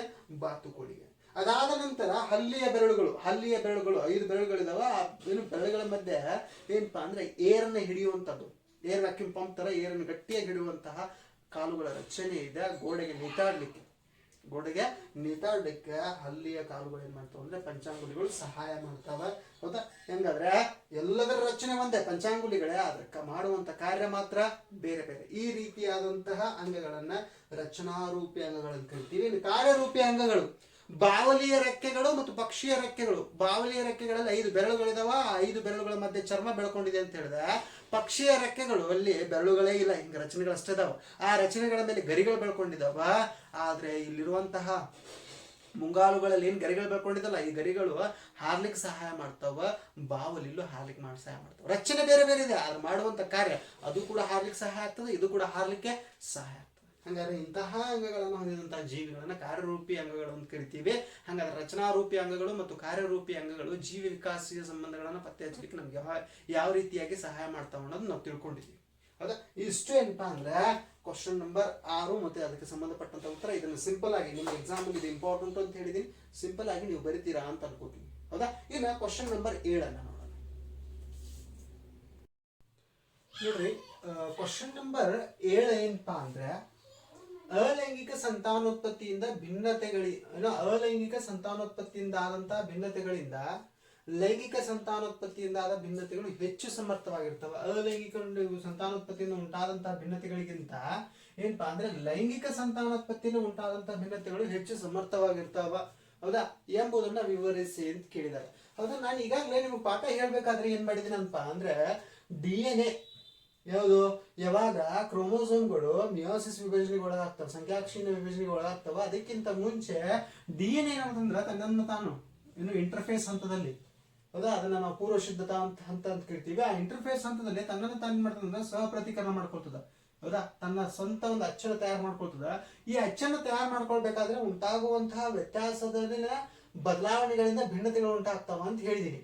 ಹಾಗಾದ್ರೆ ಇನ್ನು ಎಲ್ಲಿ ಅಲೈಂಗಿಕ ಸಂತಾನೋತ್ಪತ್ತಿ ನಡೀತಿದಲ್ಲ ಅದು ಕಾಯಜ ಕೋಶಗಳಲ್ಲಿ ನಡೆಯುವಂತ ಸಂತಾನೋತ್ಪತ್ತಿ. ಕಾಯಜ ಕೋಶಗಳಲ್ಲಿ ನಡೆಯುವಂತ ಸಂತಾನೋತ್ಪತ್ತಿ ಮೈಟೋಸಿಸ್ ಒಳಗಾಗ್ತದ. ಮೈಟೋಸಿಸ್ ಅಲ್ಲಿ DNA ಸ್ವಪ್ರತೀಕರಣದಲ್ಲಿ ಏನಪ್ಪಾ ಅಂದ್ರೆ ಭಿನ್ನತೆಗಳು ಅಥವಾ ಏನೋ DNA ಸ್ವಪ್ರತೀಕರಣದಲ್ಲಿ ಉಂಟಾಗುವಂತ ವ್ಯತ್ಯಾಸಗಳು ಬಹಳ ಕಡಿಮೆ. ನಾನು ಫಸ್ಟ್ ಪಾಠ ಸ್ಟಾರ್ಟ್ ಮಾಡ್ಬೇಕಾದ್ರೆ ನಿಮ್ಗೆ ಲೈಂಗಿಕ ಸಂತಾನೋತ್ಪತ್ತಿ ಮತ್ತು ಅಲೈಂಗಿಕ ಸಂತಾನೋತ್ಪತ್ತಿಯ ವ್ಯತ್ಯಾಸಗಳನ್ನು ಹೇಳೋದ್ರ ಮೂಲಕನೇ ಪ್ರಾರಂಭಿಸುತ್ತೆ. ಏನು ಲೈಂಗಿಕ ಸಂತಾನೋತ್ಪತ್ತಿಯಲ್ಲಿ ಏನಪ್ಪಾ ಅಂದ್ರೆ ಪೋಷಕರ ತರನೇ ಮಕ್ಕಳು ಇರೋದಿಲ್ಲ, ತದ್ರೂಪಿಗಳಾಗಿರೋದಿಲ್ಲ. ಆದ್ರೆ ಏನೋ ಅಲೈಂಗಿಕ ಸಂತಾನೋತ್ಪತ್ತಿಯಲ್ಲಿ ಪೋಷಕರ ತರನೇ ಇರ್ತಾವ, ಮಕ್ಕಳು ಇರ್ತಾವ, ತದ್ರೂಪಿಗಳಾಗಿ ಪೋಷಕರ ತದ್ರೂಪಿಗಳಾಗಿರ್ತಾವ ಅಂತ ಹೇಳಿದೆ. ಯಾಕೆ ಹೌದಾ? ಅಲ್ಲಿ ದೇಹದ ಯಾವುದಾದ್ರೂ ಒಂದು ಭಾಗದಿಂದ ಸಂತಾನೋತ್ಪತ್ತಿ ನಡೀತಿರ್ತದೆ. ಎಲ್ಲಿ ಅಲೈಂಗಿಕ ರೀತಿಯ ಸಂತಾನೋತ್ಪತ್ತಿ, ಕಾಯಜ ರೀತಿಯ ಸಂತಾನೋತ್ಪತ್ತಿ ನಡೀತಿರ್ತದೆ. ಕಾಯಜ ರೀತಿಯ ಸಂತಾನೋತ್ಪತ್ತಿ ನಡೀತಾ ಇದ್ದು ದೇಹದ ಒಂದು ಭಾಗದಿಂದ ಸಂತಾನೋತ್ಪತ್ತಿ ನಡೀತಿದ್ದು ದೇಹದಲ್ಲಿರುವಂತಹ ಕೋಶಗಳೇನಾಗ್ತಿರ್ತಾವ ಅಂದ್ರೆ ಮೈಟೋಸಿಸ್ ಒಳಗಾಗ್ತಿರ್ತಾವ, ಸಮಭಾಜಕ ವಿಭಜನೆಗೊಳಗಾಗ್ತಿರ್ತಾವ. ಹಾಗಾದ್ರೆ ಅಲ್ಲಿ DNA ಸ್ವಪ್ರತೀಕರಣದಲ್ಲಿ ವ್ಯತ್ಯಾಸಗಳು ಉಂಟಾಗುವಂತ ಸಾಧ್ಯತೆ ಬಹಳ ಕಡಿಮೆ. ಆದ್ದರಿಂದ ಅಲೈಂಗಿಕ ಸಂತಾನೋತ್ಪತ್ತಿಯಿಂದ ಆದಂತಹ ಭಿನ್ನತೆಗಳಿಗಿಂತನೂ ಲೈಂಗಿಕ ಭಿನ್ನತೆಗಳಲ್ಲಿ ಲೈಂಗಿಕ ಸಂತಾನೋತ್ಪತ್ತಿಯಲ್ಲಿ ಉಂಟಾದಂತಹ ಭಿನ್ನತೆಗಳು ಹೆಚ್ಚು ಸಮರ್ಥವಾಗಿರ್ತವ. ಇದು ಮುಖ್ಯವಾದ ಕಾರಣ. ಏನು DNA ಸ್ವಪ್ರತೀಕರಣದಲ್ಲಿ ಅಲೈಂಗಿಕ ಸಂತಾನೋತ್ಪತ್ತಿಯಲ್ಲಿ ಯಾವುದೇ ವ್ಯತ್ಯಾಸ ಉಂಟಾಗುವುದಿಲ್ಲ. ಇಲ್ಲೇನಾಗ್ತದೆ ಲೈಂಗಿಕ ಸಂತಾನೋತ್ಪತ್ತಿಯಲ್ಲಿ ಗಂಡು ಮತ್ತು ಹೆಣ್ಣು ಲಿಂಗ ಏನೋ ಕ್ರೋಮೋಸೋಮ್ಗಳು ಸಂಯೋಗಗೊಂಡು ಸಂಖ್ಯಾಕ್ಷಣಿಕ ವಿಭಜನೆಗೆ ಒಳಗಾಗ್ತವೆ. ಎಲ್ಲಿ ಮಿಯಾಸಿಸ್ ಅದಕ್ಕಿಂತ ಮುಂಚೆ ಏನಪ್ಪ ಅಂದ್ರೆ DNA ಸ್ವಪ್ರತೀಕರಣ ನಡೆಸ್ತಲ್ಲ ಅಲ್ಲಿ ಹೆಚ್ಚು ವ್ಯತ್ಯಾಸಗಳು ಉಂಟಾಗ್ತವೆ. ಎಲ್ಲಿ ಏನಾಗ್ತವೆ ಹೆಚ್ಚು ವ್ಯತ್ಯಾಸಗಳು ಉಂಟಾಗ್ತಾವ. ಎಲ್ಲಿ ಯುಗ್ಮಜದಲ್ಲಿ ಒಂದು ಕೋಶದ್ದು ಎರಡು ತಂದೆಯ ಗುಣಲಕ್ಷಣಗಳು ತಾಯಿಯ ಗುಣಲಕ್ಷಣಗಳು ಸೇರಿರ್ತಾವ, ಅದಕ್ಕೆ ವ್ಯತ್ಯಾಸಗಳು ಉಂಟಾಗ್ತಾವ, ಅದಕ್ಕೆ ಹೆಚ್ಚು ಅವು ಸಮರ್ಥವಾಗಿರ್ತಾವ. ಇನ್ನ ಲೈಂಗಿಕ ಸಂತಾನೋತ್ಪತ್ತಿಯಲ್ಲಿ ಸಮರೂಪಿ ವರ್ಣತಂತುಗಳು ಅಡ್ಡ ಹಾಯುವಿಕೆ ಮೂಲಕ ತಂದೆಯಿಂದ ಬಂದ ವರ್ಣತಂತುಗಳು ತಾಯಿಯಿಂದ ಬಂದ ಒಂದು ವರ್ಣತಂತುಗಳು ಅಡ್ಡ ಹಾಯುವಿಕೆ ಮೂಲಕ ಹೊಸ ಗುಣಲಕ್ಷಣ ಉಂಟಾಗೋದ್ರಿಂದ ಏನಪ್ಪಾ ಅಂದ್ರೆ ಭಿನ್ನತೆಗಳು ಹೆಚ್ಚು ಏನಾಗಿರ್ತಾವ ಅಂದ್ರೆ ಸಮರ್ಥವಾಗಿರ್ತಾವ. ಒಂದು. ಎರಡನೇದು ಅನುವಂಶೀಯ ವಸ್ತುವಿನಲ್ಲಿ ಉಂಟಾದಂತಹ ಉತ್ಪರಿವರ್ತನೆಗಳು ಎಲ್ಲಿ ಉಂಟಾಗೋದಿಲ್ಲ? ಅಲೈಂಗಿಕ ಸಂತಾನೋತ್ಪತ್ತಿ ಹೆಚ್ಚು ಉಂಟಾಗಲ್ಲ. ಅನುವಂಶೀಯ ವಸ್ತುವಾದಂತಹ DNA ದಿಢೀರ್ ಬದಲಾವಣೆ ಅಥವಾ ಅನುವಂಶೀಯ ವಸ್ತುವಿನಲ್ಲಿ ದಿಢೀರ್ ಬದಲಾವಣೆ ಉಂಟಾಗೋದನ್ನ ನಾವು ಏನ್ ಕರಿತೀವಿ? ಉತ್ಪರಿವರ್ತನೆ ಅಂತ ಕರಿತೀವಿ. ಈ ರೀತಿಯ ಉತ್ಪರಿವರ್ತನೆ ಅಲೈಂಗಿಕ ರೀತಿಯ ಸಂತಾನೋತ್ಪತ್ತಿಯಲ್ಲಿ ನಮ್ಗೆ ನೋಡ್ಲಿಕ್ಕೆ ಸಿಗೋದಿಲ್ಲ ಹೆಚ್ಚಾಗಿ. ಆದ್ರೆ ಲೈಂಗಿಕ ಸಂತಾನೋತ್ಪತ್ತಿಯಲ್ಲಿ ಹೆಚ್ಚಾಗಿ ಕಾಣ್ತೀವಿ. ಅದಕ್ಕೆ ಹೊಸ ಹೊಸ ಗುಣಲಕ್ಷಣ ಏನಾಗ್ತಿರ್ತಾವ ಉಂಟಾಗ್ತಿರ್ತಾವ. ಒಂದು. ಇನ್ನ DNA ಸ್ವಪ್ರತೀಕರಣದಲ್ಲಿ ಅದಂತೂ ಹೇಳಿದೆ. ವಂಶವಾಹಿಗಳ ಮರುಜೋಡಣೆಯಿಂದ ಆಗುವಂತ ಹಲವು ಭಿನ್ನತೆಗಳು. ವಂಶವಾಹಿಗಳ ಮರುಜೋಡಣೆ ಯಾವಾಗ DNA ಸ್ವಪ್ರತೀಕರಣ ಆಗಿ ಮರುಜೋಡಣೆ ಆಗ್ತಿರ್ತದಲ್ಲ ಅಂತಹ ವೇಳೆಯಲ್ಲಿ ಉಂಟಾಗುವಂತಹ ಕೆಲವು ಬದಲಾವಣೆಗಳಿಂದ ಏನಪ್ಪಾ ಅಂದ್ರೆ ಲೈಂಗಿಕ ರೀತಿಯ ಸಂತಾನೋತ್ಪತ್ತಿಯಲ್ಲಿ ಭಿನ್ನತೆಗಳು ಹೆಚ್ಚು ಉಂಟಾಗ್ತಾವ. ಆಮೇಲೆ ಹೆಚ್ಚು ಮುಂದುವರಿತಾವ, ಅದಕ್ಕೆ ಸಮರ್ಥವಾಗಿದ್ದಾವ. ಆಮೇಲೆ ಅಲೈಂಗಿಕ ರೀತಿಯಲ್ಲಿ ಉಂಟಾದ್ರೂ ಹೌದಾ ಅವು ಮುಂದುವರಿಲಿಕ್ಕೆ ಸಾಧ್ಯ ಆಗಲ್ಲ, ಮುಂದಿನ ಪೀಳಿಗೆಗೆ ವರ್ಗಾವಣೆ ಆಗ್ಲಿಕ್ಕೆ ಸಾಧ್ಯ ಆಗುವುದಿಲ್ಲ. ಹೌದಾ? ಅದಕ್ಕೆ ಅಲೈಂಗಿಕ ರೀತಿಯ ಸಂತಾನೋತ್ಪತ್ತಿ ಹೋಲಿಸಿದ್ರೆ ಲೈಂಗಿಕ ರೀತಿಯ ಸಂತಾನೋತ್ಪತ್ತಿಯಲ್ಲಿ ಉಂಟಾದಂತಹ ಭಿನ್ನತೆಗಳು ಹೆಚ್ಚು ಸಮರ್ಥವಾಗಿರ್ತವ. ಇನ್ನು ನೆಕ್ಸ್ಟ್, ನಿರ್ಜೀವ ದ್ರವ್ಯಗಳಿಂದ ಜೀವದ ಉಗಮವಾಗಿದೆ ಎಂಬುದಕ್ಕೆ ನಮ್ಮ ಬಳಿ ಇರುವ ಸಾಕ್ಷ್ಯಾಧಾರಗಳು. ಹೌದಾ? ಟೆಕ್ಸ್ಟ್ ಬುಕ್ ನ ಒಂದು ಕಾಲಮ್ ಅಲ್ಲಿ ಕೊಟ್ಟಿದ್ರು, ಅದು ಅಷ್ಟೊಂದು ಇಂಪಾರ್ಟೆಂಟ್ ಅಲ್ಲ, 1 ಅಥವಾ 2 ಮಾರ್ಕ್ಸ್ ಕ್ವಶನ್ ಬರುವಂತ ಸಾಧ್ಯತೆ ಇದೆ ಅಂತ ಪಾಠ ಹೇಳಬೇಕಾದ್ರೆ ಹೇಳಿದ್ದೆ. ಅದ್ರ ಬಗ್ಗೆ ಒಂದು ಕ್ವಶನ್ ಕೇಳ್ಬಿಟ್ಟಿದ್ದಾರೆ. ಅದನ್ನ ನಾನು ತುಂಬಾ ಡೀಟೇಲ್ಡ್ ಆಗಿ ಬೋರ್ಡ್ ಮೇಲೆ ಬರೆದು ಎಕ್ಸ್ಪ್ಲೇನ್ ಮಾಡಿದ್ದೆ ನಿಮಗೆ. ಸೇಮ್ ಏನು ಅಲ್ಲಿ ಎಕ್ಸ್ಪ್ಲೇನ್ ಮಾಡಿದ್ನಲ್ಲ ಅದನ್ನೇ ಮತ್ತೆ ಯಥಾವತ್ತಾಗಿ ಮತ್ತೀಗ ಆನ್ಸರ್ ಇರೋದ್ರಿಂದ ಮತ್ತೊಂದ್ಸಲ ಹೇಳುವಂತ ಕೆಲಸ ಮಾಡ್ತೀನಿ. JBS ಹಾಲ್ಡೇನ್ ಏನ್ ಮಾಡಿದ್ದ, ನಾನು ಹೇಳಿದ್ದೀನಿ ಅಲ್ಲಿ. JBS ಹಾಲ್ಡೇನ್ ಏನ್ ಮಾಡಿದ್ದ ಅಂದ್ರೆ ಭೂಮಿಯ ಮೇಲೆ ಹೌದಾ ಮೊಟ್ಟ ಮೊದಲ ನೀರೈವ ಅಣುಗಳು ಜೀವದ ಉಗಮಕ್ಕೆ, ನೀರೈವ ಅಣುಗಳು ಹೌದಾ ಸಾವಯವ ಅಣುಗಳು, ನೀರೈವ ಅಣುಗಳು ಹೌದಾ ಅಯಾನಿಕ ಬಂಧವನ್ನು ಹೊಂದಿದಂತ ಅಣುಗಳು ಎಲ್ಲಿ ಸಮುದ್ರದಲ್ಲಿ ಉಂಟಾಗಿದ್ದು, ಸಮುದ್ರದಲ್ಲಿ ಒಂದು ಸಣ್ಣ ಸಣ್ಣ ರಚನೆಗಳು ಹೌದಾ. ನಾವು ಅದನ್ನ ಸಮುದ್ರದಲ್ಲಿ ಉಂಟಾದಂತಹ ನೀರೈವ ಅಣುಗಳನ್ನ ಸೂಪ್ ಅಂತ ಕರಿತೀವಿ. ಹೌದಾ? ಅಂತಹ ಸೂಪ್ ಅವಾಗ ಉಂಟಾಗಿತ್ತು, ಯಾವಾಗ ಭೂಮಿ ಉಗಮ ಆದಾಗ. ಹೌದಾ? ಅಂತಹ ಅಣುಗಳು ಜೀವದ ಉಗಮಕ್ಕೆ ಕಾರಣ ಆಗಿರ್ಬಹುದು ಅಂತ ಯಾರು ಹೇಳಿದಾರೆ? JBS ಹಾಲ್ಡೇನ್ ಹೇಳಿದರು. ಅದಾದ ನಂತರ ಯಾರು ಬರ್ತಾರಪ್ಪ ಅಂದ್ರೆ ಸ್ಟ್ಯಾನ್ಲಿ ಎಲ್ ಮಿಲ್ಲರು ಮತ್ತು ಹೆರಾಲ್ಡ್ ಸಿ ಯೂರಿ. ಇದಕ್ಕಿಂತ ಮುಂಚೆ ಕೆಲವು ಜನ ವಿಜ್ಞಾನಿಗಳು ಈ ನೀರೈವ ಅಣುಗಳೇನಿದವಲ್ಲ ಸಮುದ್ರದಲ್ಲಿ, ಆ ನೀರೈವ ಅಣುಗಳಿಂದ ರಾಸಾಯನಿಕ ಸಂಶ್ಲೇಷಣೆಗಳು ನಡೆದು ಹೌದಾ ಪ್ರಾರಂಭಿಕ ಜೀವಿಗಳು ಉಂಟಾಗಿರ್ಬೋದು ಅಂತ ಕೆಲವು ಜನಗಳು ಏನು ವಿಜ್ಞಾನಿಗಳು ಏನ್ ಮಾಡ್ತಾರೆ ಅಂದ್ರೆ ಊಹಿಸ್ತಾರೆ. ಅದಾದ ನಂತರ ಸ್ಟ್ಯಾನ್ಲಿ ಎಲ್ ಮಿಲ್ಲರು ಮತ್ತು ಹೆರಾಲ್ಡ್ ಸಿ ಯೂರಿಯನ್ ಅವ್ರು ಬರ್ತಾರ. ಅವ್ರು ಏನ್ ಮಾಡ್ತಾರ ಅಂದ್ರೆ ಒಂದು ಪ್ರಯೋಗವನ್ನು ಕೈಗೊಳ್ತಾರ. ಏನ್ ಪ್ರಯೋಗಪ್ಪ ಅಂದ್ರೆ, ಯಾವಾಗ ಭೂಮಿಯ ಮೇಲೆ ಜೀವಿ ಉಗಮ ಆಗ್ಬೇಕಾಗಿತ್ತಲ್ಲ, ಅವಾಗಿರುವಂತಹ ಪರಿಸ್ಥಿತಿ ಏನಿತ್ತು, ಅವಾಗಿರುವಂತಹ ವಾತಾವರಣದಲ್ಲಿ ಮಿಥೇನ್ ಹೆಚ್ಚು ಪ್ರಮಾಣದಲ್ಲಿ ಇತ್ತು, ಅಮೋನಿಯಾ ಇತ್ತು, ಹೈಡ್ರೋಜನ್ ಸಲ್ಫೈಡ್ ಹೆಚ್ಚಿತ್ತು, ಆಮ್ಲಜನಕ ರಹಿತ ವಾತಾವರಣ. ಯಾಕ? ಸಸ್ಯ ಒಂದು ಜೀವಿ, ಸಸ್ಯ ಉಂಟಾದ ಮೇಲೆ ಭೂಮಿಯಲ್ಲಿ ಮುಕ್ತ ರೂಪದ ಆಮ್ಲಜನಕ ಉಂಟಾಗಿದೆ. ಅಲ್ಲಿವರೆಗೂ ಸಂಯುಕ್ತ ರೂಪದಲ್ಲಿ ಆಮ್ಲಜನಕ ಇತ್ತು. ಯಾವುದು? ಭೂಮಿಯ ಪದರಗಳಲ್ಲಿ ಅಥವಾ ಏನೋ ಕಾರ್ಬನ್ ಡೈಆಕ್ಸೈಡ್ ರೂಪದಲ್ಲಿ, ಕಾರ್ಬನ್ ಜೊತೆಗೆ ಕಾರ್ಬನ್ ಡೈಆಕ್ಸೈಡ್ ಅದು ಸಂಯುಕ್ತ ರೂಪದಲ್ಲಿ, ಸಿಲಿಕಾನ್ ಡೈಆಕ್ಸೈಡ್ ಮರಳು, ಹೌದಾ, ಸಂಯುಕ್ತ ರೂಪದಲ್ಲಿ, ಹೀಗೆ ಬೇರೆ ಬೇರೆ ರೂಪದಲ್ಲಿ ಇತ್ತು. ಮುಕ್ತ ರೂಪದಲ್ಲಿ ಆಮ್ಲಜನಕ ಇರಲಿಲ್ಲ. ಅಂತಹ ಒಂದು ವಾತಾವರಣವನ್ನು ಕೃತಕವಾಗಿ ಸೃಷ್ಟಿ ಮಾಡಿದ್ರು. ಆಮೇಲೆ ಹೌದಾ, ಇವುಗಳನ್ನೆಲ್ಲ ನೀರಿನ ಮೇಲೆ ತೆಗೆದುಕೊಂಡು, ಯಾವುದನ್ನ? ಮೀಥೇನು, ಅಮೋನಿಯಾ, ಹೈಡ್ರೋಜನ್ ಸಲ್ಫೈಡು ಮತ್ತೆ ಆಮ್ಲಜನಕ ರಹಿತ ಸ್ಥಿತಿಯನ್ನ ನೀರಿನ ಮೇಲೆ ತೆಗೆದುಕೊಂಡು ತಾಪಮಾನ 100 ಡಿಗ್ರಿ ಸೆಲ್ಸಿಯಸ್ಗಿಂತ ಕಡಿಮೆ ಇಟ್ಟು, ಹೌದಾ, ಮಿಂಚಿನ ರೀತಿಯ ವಿದ್ಯುತ್ ಕಿಡಿಗಳನ್ನ, ಈಗೇನು ಅನಿಲ ತೆಗೆದುಕೊಂಡಿದ್ರಲ್ಲ, ಯಾವುದು? ಮೀಥೇನು, ಅಮೋನಿಯಾ, ಹೈಡ್ರೋಜನ್ ಸಲ್ಫೈಡು, ಇಂಥ ಅನಿಲಗಳನ್ನ, ಈ ಅನಿಲಗಳಿಗೆ ವಿದ್ಯುತ್ ಕಿಡಿಗಳನ್ನ ಹಾಯಿಸಿ ಏನ್ ಮಾಡಿದ್ರು ಅಂದ್ರೆ ಕೆಲವು ರಿಸಲ್ಟ್ಸ್ ಅನ್ನು ನೋಡಿದ್ರು. ಕೆಲವು ಏನಪ್ಪಾ ಅಂದ್ರೆ ಫಲಿತಾಂಶಗಳನ್ನು ಕಂಡುಕೊಂಡ್ರು. ಆ ಫಲಿತಾಂಶಗಳಲ್ಲಿ ಒಂದು ವಾರದ ನಂತರ ಇಲ್ಲೇನ್ ಮಿಥೇನ್ ನಲ್ಲಿ ಏನು ಕಾರ್ಬನ್ ಇತ್ತಲ್ಲ, ಆ ಮಿಥೇನ್ ನಲ್ಲಿರುವಂತ ಕಾರ್ಬನ್ 15%, ಮಿಥೇನ್ ನಲ್ಲಿರುವಂತ ಕಾರ್ಬನ್ 18% ಸಾವಯವ ಸಂಯುಕ್ತವಾಗಿ ಪರಿವರ್ತನೆಯಾಗಿತ್ತು. ಸಾವಯವ ಸಂಯುಕ್ತಗಳಾಗಿ ಏನಾಗಿತ್ತು? ಪರಿವರ್ತನೆಯಾಗಿತ್ತು. ಆಮೇಲೆ ಅಲ್ಲಿ ಉಂಟಾದಂತ ಸಾವಯವ ಸಂಯುಕ್ತಗಳು ಏನಿದ್ವಲ್ಲ, ಅವು ಪ್ರೋಟೀನ್ ಅಣುಗಳ ರಚನೆಗೆ ಅಗತ್ಯವಾಗಿದ್ದಂತಹ ಅಮೈನೋ ಆಮ್ಲಗಳನ್ನು ಉಂಟು ಮಾಡಿದ್ದು. ಪ್ರೋಟೀನ್ ಅಣುಗಳ ರಚನೆಗೆ ಅಗತ್ಯವಾಗಿದ್ದಂತ ಅಮೈನೋ ಆಮ್ಲಗಳನ್ನ ಉಂಟು ಮಾಡಿದ್ವು. ಆ ಅಮೈನೋ ಆಮ್ಲಗಳು ಇವತ್ತಿಗೂ ಕೂಡ ನಮ್ಮ ದೇಹದಲ್ಲಿ ಅವಶ್ಯಕ ಅಮೈನೋ ಆಮ್ಲಗಳು ಮತ್ತು ಅನಾವಶ್ಯಕ ಅಮೈನೋ ಆಮ್ಲಗಳು ಅಂತ ಬರ್ತಾವ. ಹೌದಾ, DNA, RNA ಅವು ಕೂಡ ಅಮೈನೋ ಆಮ್ಲಗಳಿಂದ ಉಂಟಾದಂತ ರಚನೆಗಳೇ. ಹಾಗಾದ್ರೆ ಆ ಅಮೈನೋ ಆಮ್ಲಗಳು ಜೀವಿಯ ಉಗಮಕ್ಕೆ ಕಾರಣ ಆಗಿರ್ಬೋದು, ದಾರಿಯನ್ನ ಮಾಡಿಕೊಟ್ಟಿರ್ಬೋದು ಅಂತ ನಿರ್ಜೀವ ದ್ರವ್ಯಗಳಿಂದ ಜೀವದ ಉಗಮ ಆಗಿದೆ ಅಂತೇಳಿ ಇಷ್ಟೆಲ್ಲ ಜನ ವಿಜ್ಞಾನಿಗಳು, ಯಾರ್ಯಾರು? JBS ಹಾಲ್ಡೇನೋ, ಸ್ಟ್ಯಾನ್ಲಿ ಮಿಲ್ಲರ್, ಆಮೇಲೆ ಹೆರಾಲ್ಡ್ ಸಿ ಯೂರಿ, ಇಂತಹ ಮಹಾನ್ ವಿಜ್ಞಾನಿಗಳು ನಮಗೆ ಕೆಲವು ಪುರಾವೆಗಳನ್ನ ಏನ್ ಮಾಡ್ತಾರೆ ಅಂದ್ರೆ ಒದಗಿಸ್ತಾರೆ. ಇದನ್ನ ನಾನು ಪಾಠ ಹೇಳ್ಬೇಕಾದ್ರೆ ವಿವರಿಸಿದೀನಿ, ಇತ್ತನ್ನು ವಿವರಿಸಿದೀನಿ. ಅಥವಾ ಒಂದು ಸ್ವಲ್ಪ ನೆನಪಿಡುವಂತ ಕೆಲಸ ಮಾಡ್ರಿ ಅಂತ ಹೇಳ್ತಾ ಇನ್ನು ನೆಕ್ಸ್ಟ್ ಕ್ವಶನ್ ಅನ್ನು ನೋಡೋಣ. ನೋಡ್ರಿ, ಕ್ವಶನ್ ನಂಬರ್ 9. ಹೌದಾ, ಸ್ವಲ್ಪ ಹಿಂದೆ ಮುಂದೆ ಆಗಿದ್ದ ಕ್ವಶನ್ಸ್. ಹೌದಾ, ಇರ್ಲಿ. ನಾಯಿಯೊಂದರ ಕೂದಲಿನ ಬಣ್ಣದ ಕಂಡುಹಿಡಿಯುವ ಗುರಿ ಇರುವ ಯೋಜನೆಯೊಂದನ್ನು ಏನಪ್ಪಾ ಅಂದ್ರೆ ರೂಪಿಸಿ ಅಂತ ಹೇಳಿದ್ದಾರೆ. ಯೋಜನೆಯೊಂದನ್ನ ರೂಪಿಸಿ. ಹಾಗಾದ್ರೆ ನಾಯಿಯೊಂದರ ಕೂದಲಿನ ಬಣ್ಣದ ಏನೋ ಕಂಡುಹಿಡಿಯುವಂತಹ ಯೋಜನೆ, ಇದು ಏನಪ್ಪಾ ಅಂದ್ರೆ ಏಕತಳೀಕರಣಕ್ಕೆ ಸಂಬಂಧಿಸಿದಂತಹ ಒಂದು ಪ್ರಯೋಗ. ಹಾಗಾದ್ರೆ ನಾಯಿ 2 ಕೂದಲುಗಳನ್ನು ಹೊಂದಿದಂತ, 2 ಬಣ್ಣದ ಕೂದಲುಗಳನ್ನು ಹೊಂದಿದಂತ ಒಂದು ನಾಯಿಯನ್ನು ತೆಗೆದುಕೊಳ್ಬೇಕಾಗಿದೆ. ಏಕತಳೀಕರಣದಲ್ಲಿ ಏನ್ ಮಾಡ್ತೀವಿ? ನಾಯಿಯ ಕೂದಲಿನ ಬಣ್ಣ ಇದು ಒಂದು ಲಕ್ಷಣ, ಇದೇನು ಒಂದು ಲಕ್ಷಣ. ಈ ಲಕ್ಷಣಕ್ಕೆ ಸಂಬಂಧಿಸಿದಂತ 2 ಭಿನ್ನ ರೂಪಗಳು. ಯಾವ ಭಿನ್ನ ರೂಪಗಳು? ಹೌದಾ, ಕಪ್ಪು ಕೂದಲನ್ನ ಹೊಂದಿದಂತ ನಾಯಿ, ಕಪ್ಪು ಕೂದಲನ್ನ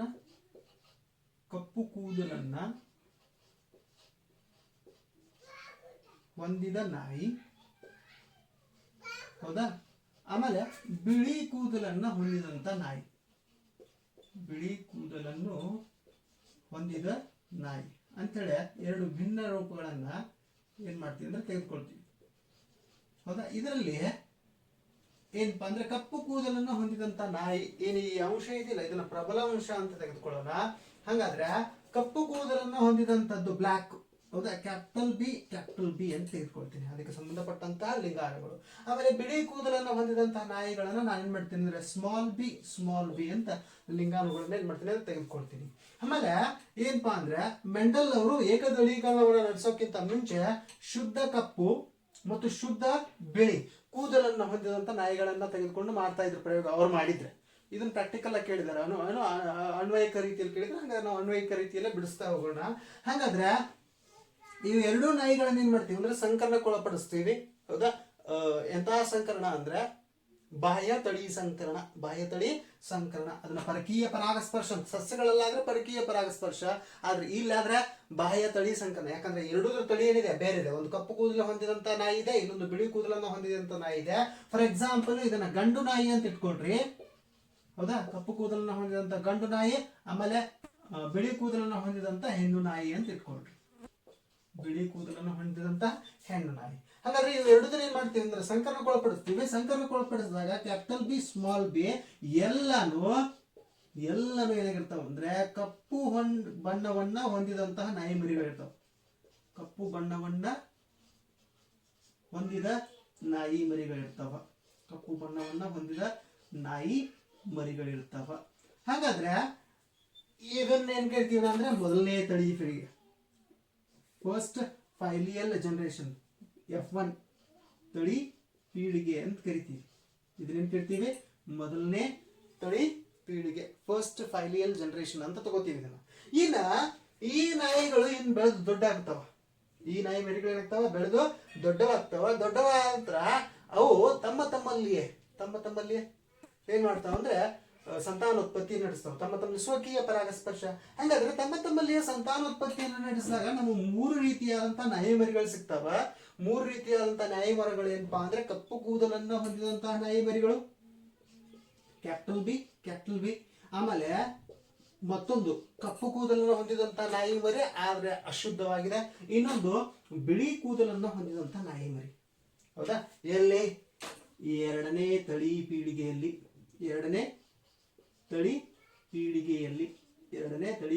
ಏನಪ್ಪ ಅಂದ್ರೆ 3 ರೀತಿಯ ನಾಯಿ ಮರಿಗಳು ಸಿಗ್ತಾವ.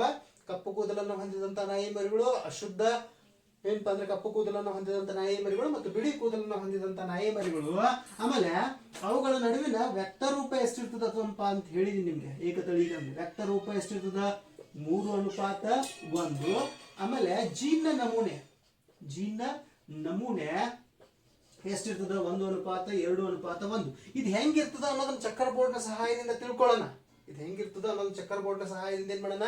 ತಿಳ್ಕೊಳ್ಳೋಣ. ಆದ್ರೆ ಹೌದಾ, ಇಷ್ಟು ಏನಪ್ಪಾ ಅಂದ್ರೆ ಏಕತಳೀಕರಣದ ಪ್ರಯೋಗ ಇದನ್ನೇ ವಿವರಿಸಿದ್ದಾರೆ ಅವರು. ನಾಯಿಯೊಂದರ ಕೂದಲಿನ ಬಣ್ಣದ ಕಂಡು ಹಿಡಿಯುವ ಗುರಿ ಯೋಜನೆಯನ್ನ. ಇದೇನಪ್ಪ? ಗುರಿ ಯೋಜನೆ. ಹೌದಾ? ಹಾಗಾದ್ರೆ ಇನ್ನೇನ್ ಮಾಡಿದ್ವಿ ಅಂದ್ರೆ ಸಂಕರಣ ಕ್ರಿಯೆ ಅಥವಾ ಸಂತಾನೋತ್ಪತ್ತಿ ಅಂದ್ರೆ ಸಾಕು. ಎಲ್ಲಿ? ಎರಡನೇ ತಳಿ ಪೀಳಿಗೆಯಲ್ಲಿ ತಮ್ಮಲ್ಲಿಯೇ ಸಂತಾನೋತ್ಪತ್ತಿ. ಹಾಗಾದ್ರೆ ಉಂಟಾದಂತಹ ನಾಯಿ ಮರಿಗಳು 3 ಕಪ್ಪು ಬಣ್ಣವನ್ನ ಕೂದಲನ್ನು ಹೊಂದಿದಂತ ನಾಯಿ ಮರಿಗಳು ಇರ್ತಾವ. ಒಂದು ಬಿಳಿ ಕೂದಲನ್ನು ಹೊಂದಿದಂತ ನಾಯಿ ಮರಿ ಇರ್ತದ. ಆಮೇಲೆ ಒಂದು ಶುದ್ಧ ಕಪ್ಪು ಬಣ್ಣವನ್ನ ಹೊಂದಿದಂತ ನಾಯಿ ಮರಿ ಇರ್ತದ. 2 ಅಶುದ್ಧ ಕಪ್ಪು ಬಣ್ಣವನ್ನ ಹೊಂದಿದಂತ ನಾಯಿ ಮರಿ ಇರ್ತದ. ಆಮೇಲೆ ಒಂದು ಬಿಳಿ ಬಣ್ಣವನ್ನ ಹೊಂದಿದಂತ ನಾಯಿ ಮರಿ ಇರ್ತದ. ಇದನ್ನ ನಾವ್ ಏನ್ ಮಾಡ್ಬೋದು ಅಂದ್ರೆ ಪುನೆಟ್ನ ಚಕ್ಕರ್ ಬೋರ್ಡ್ ಸಹಾಯದಿಂದ, ಪುನೆಟ್ನ ಚಕ್ಕರ್ ಬೋರ್ಡ್ ಸಹಾಯದಿಂದ ಯಾವ ರೀತಿಯಾಗಿ 3 ಕಪ್ಪು 1 ಬಿಳಿ ಉಂಟಾಯ್ತು ಅನ್ನೋದನ್ನ ಕೂಡ ತಿಳ್ಕೊಳ್ಬಹುದು. ಹೌದಾ? ಲಿಂಗಾಣುಗಳು ಇದೇನಪ್ಪಾ ಅಂದ್ರೆ ಪುನೆಟ್ನ ಚಕ್ಕರ್ ಬೋರ್ಡ್. ಇದು ಪುನೆಟ್ನ ಚಕ್ಕರ್ ಬೋರ್ಡ್. ಹಾಗಾದ್ರೆ ಈ ಪುನೆಟ್ನ ಚಕ್ಕರ್ ಬೋರ್ಡ್ ನ ಸಹಾಯದಿಂದ ನಾವು ಹೌದಾ ವ್ಯಕ್ತ ರೂಪ ಮತ್ತು ಜೀನ್ ನಮೂನೆ ಹೆಂಗ್ ಬಂತು ಅನ್ನೋ ತಿಳ್ಕೊಳ್ತೀವಿ. ಹಾಗಾದ್ರೆ ಕ್ಯಾಪಿಟಲ್ ಬಿ ಸ್ಮಾಲ್ ಬಿ ಇವೇನಪ್ಪ ಲಿಂಗಾಣುಗಳು. ಕ್ಯಾಪಿಟಲ್ ಬಿ ಸ್ಮಾಲ್ ಬಿ ಇವೇನಪ್ಪ ಅಂದ್ರೆ ಲಿಂಗಾಣುಗಳು. ಹಾಗಾದ್ರೆ ಕ್ಯಾಪಿಟಲ್ ಬಿ ಇಲ್ಲೂ ಕ್ಯಾಪಿಟಲ್ ಬಿ ಇದೆ, ಇಲ್ಲೂ ಕ್ಯಾಪಿಟಲ್ ಬಿ ಇದೆ. ಕ್ಯಾಪಿಟಲ್ ಬಿ ಕಪ್ಪು ಕೂದಲನ್ನ ಹೊಂದಿದಂತ ನಾಯಿ ಮರಿ. ಆಮೇಲೆ ಕ್ಯಾಪಿಟಲ್ ಬಿ ಸ್ಮಾಲ್ ಬಿ ಇದು ಕೂಡ ಕಪ್ಪು ಕೂದಲನ್ನ ಹೊಂದಿದಂತಹ ನಾಯಿ ಮರಿ, ಆದ್ರೆ ಅಶುದ್ಧ. ಇದು ಶುದ್ಧ, ಇದೇನು ಅಶುದ್ಧ. ಆಮೇಲೆ ಇಲ್ಲೂ ಕೂಡ ಕ್ಯಾಪಿಟಲ್ ಬಿ ಸ್ಮಾಲ್ ಬಿ ಕಪ್ಪು ಕೂದಲನ್ನ ಹೊಂದಿದಂತಹ ನಾಯಿ ಮರಿ, ಆದ್ರೆ ಇದು ಕೂಡ ಏನಪ್ಪಾ ಅಂದ್ರೆ ಅಶುದ್ಧ. ಆಮೇಲೆ ಸ್ಮಾಲ್ ಬಿ ಬಿಳಿ ಕೂದಲನ್ನ ಹೊಂದಿದಂತಹ ನಾಯಿ ಮರಿ ಶುದ್ಧ. ಇದರಿಂದ ಶುದ್ಧ. ಹಾಗಾದ್ರೆ ಶುದ್ಧ ಎರಡೇ ಇದಾವ. ಹಾಗಾದ್ರೆ 3 ಕಪ್ಪು ಕೂದಲನ್ನ ಹೊಂದಿದಂತಹ ನಾಯಿ ಮರಿಗಳಿದಾವ. 3 ಏನಿದಾವ? ಕಪ್ಪು ಕೂದಲನ್ನ ಹೊಂದಿದಂತ ನಾಯಿ ಮರಿ ಇದೆ. ಒಂದೇನಿದೆ ಅಂದ್ರೆ ಬಿಳಿ ಕೂದಲನ್ನು ಹೊಂದಿದಂತ ನಾಯಿ ಮರಿ ಇದೆ. ಅದರಲ್ಲಿ ಒಂದು ಶುದ್ಧ ಕಪ್ಪು ಇದೆ. ಒಂದೇನಿದೆ? ಶುದ್ಧ ಕಪ್ಪು. ಹೌದಾ? 1:1. ಆಮೇಲೆ 2 ಏನಿದಾವ? ಅಶುದ್ಧ ಕಪ್ಪು. 2 ಏನಿದಾವ? ಅಶುದ್ಧ ಕಪ್ಪು. ಆಮೇಲೆ ಮತ್ತೆ ಒಂದೇನಿದೆ ಅಂದ್ರೆ ಶುದ್ಧ ಬಿಳಿ. ನೋಡ್ರಿ, 3 ಕಪ್ಪು 1 ಬಿಳಿ. ಹೌದಾ?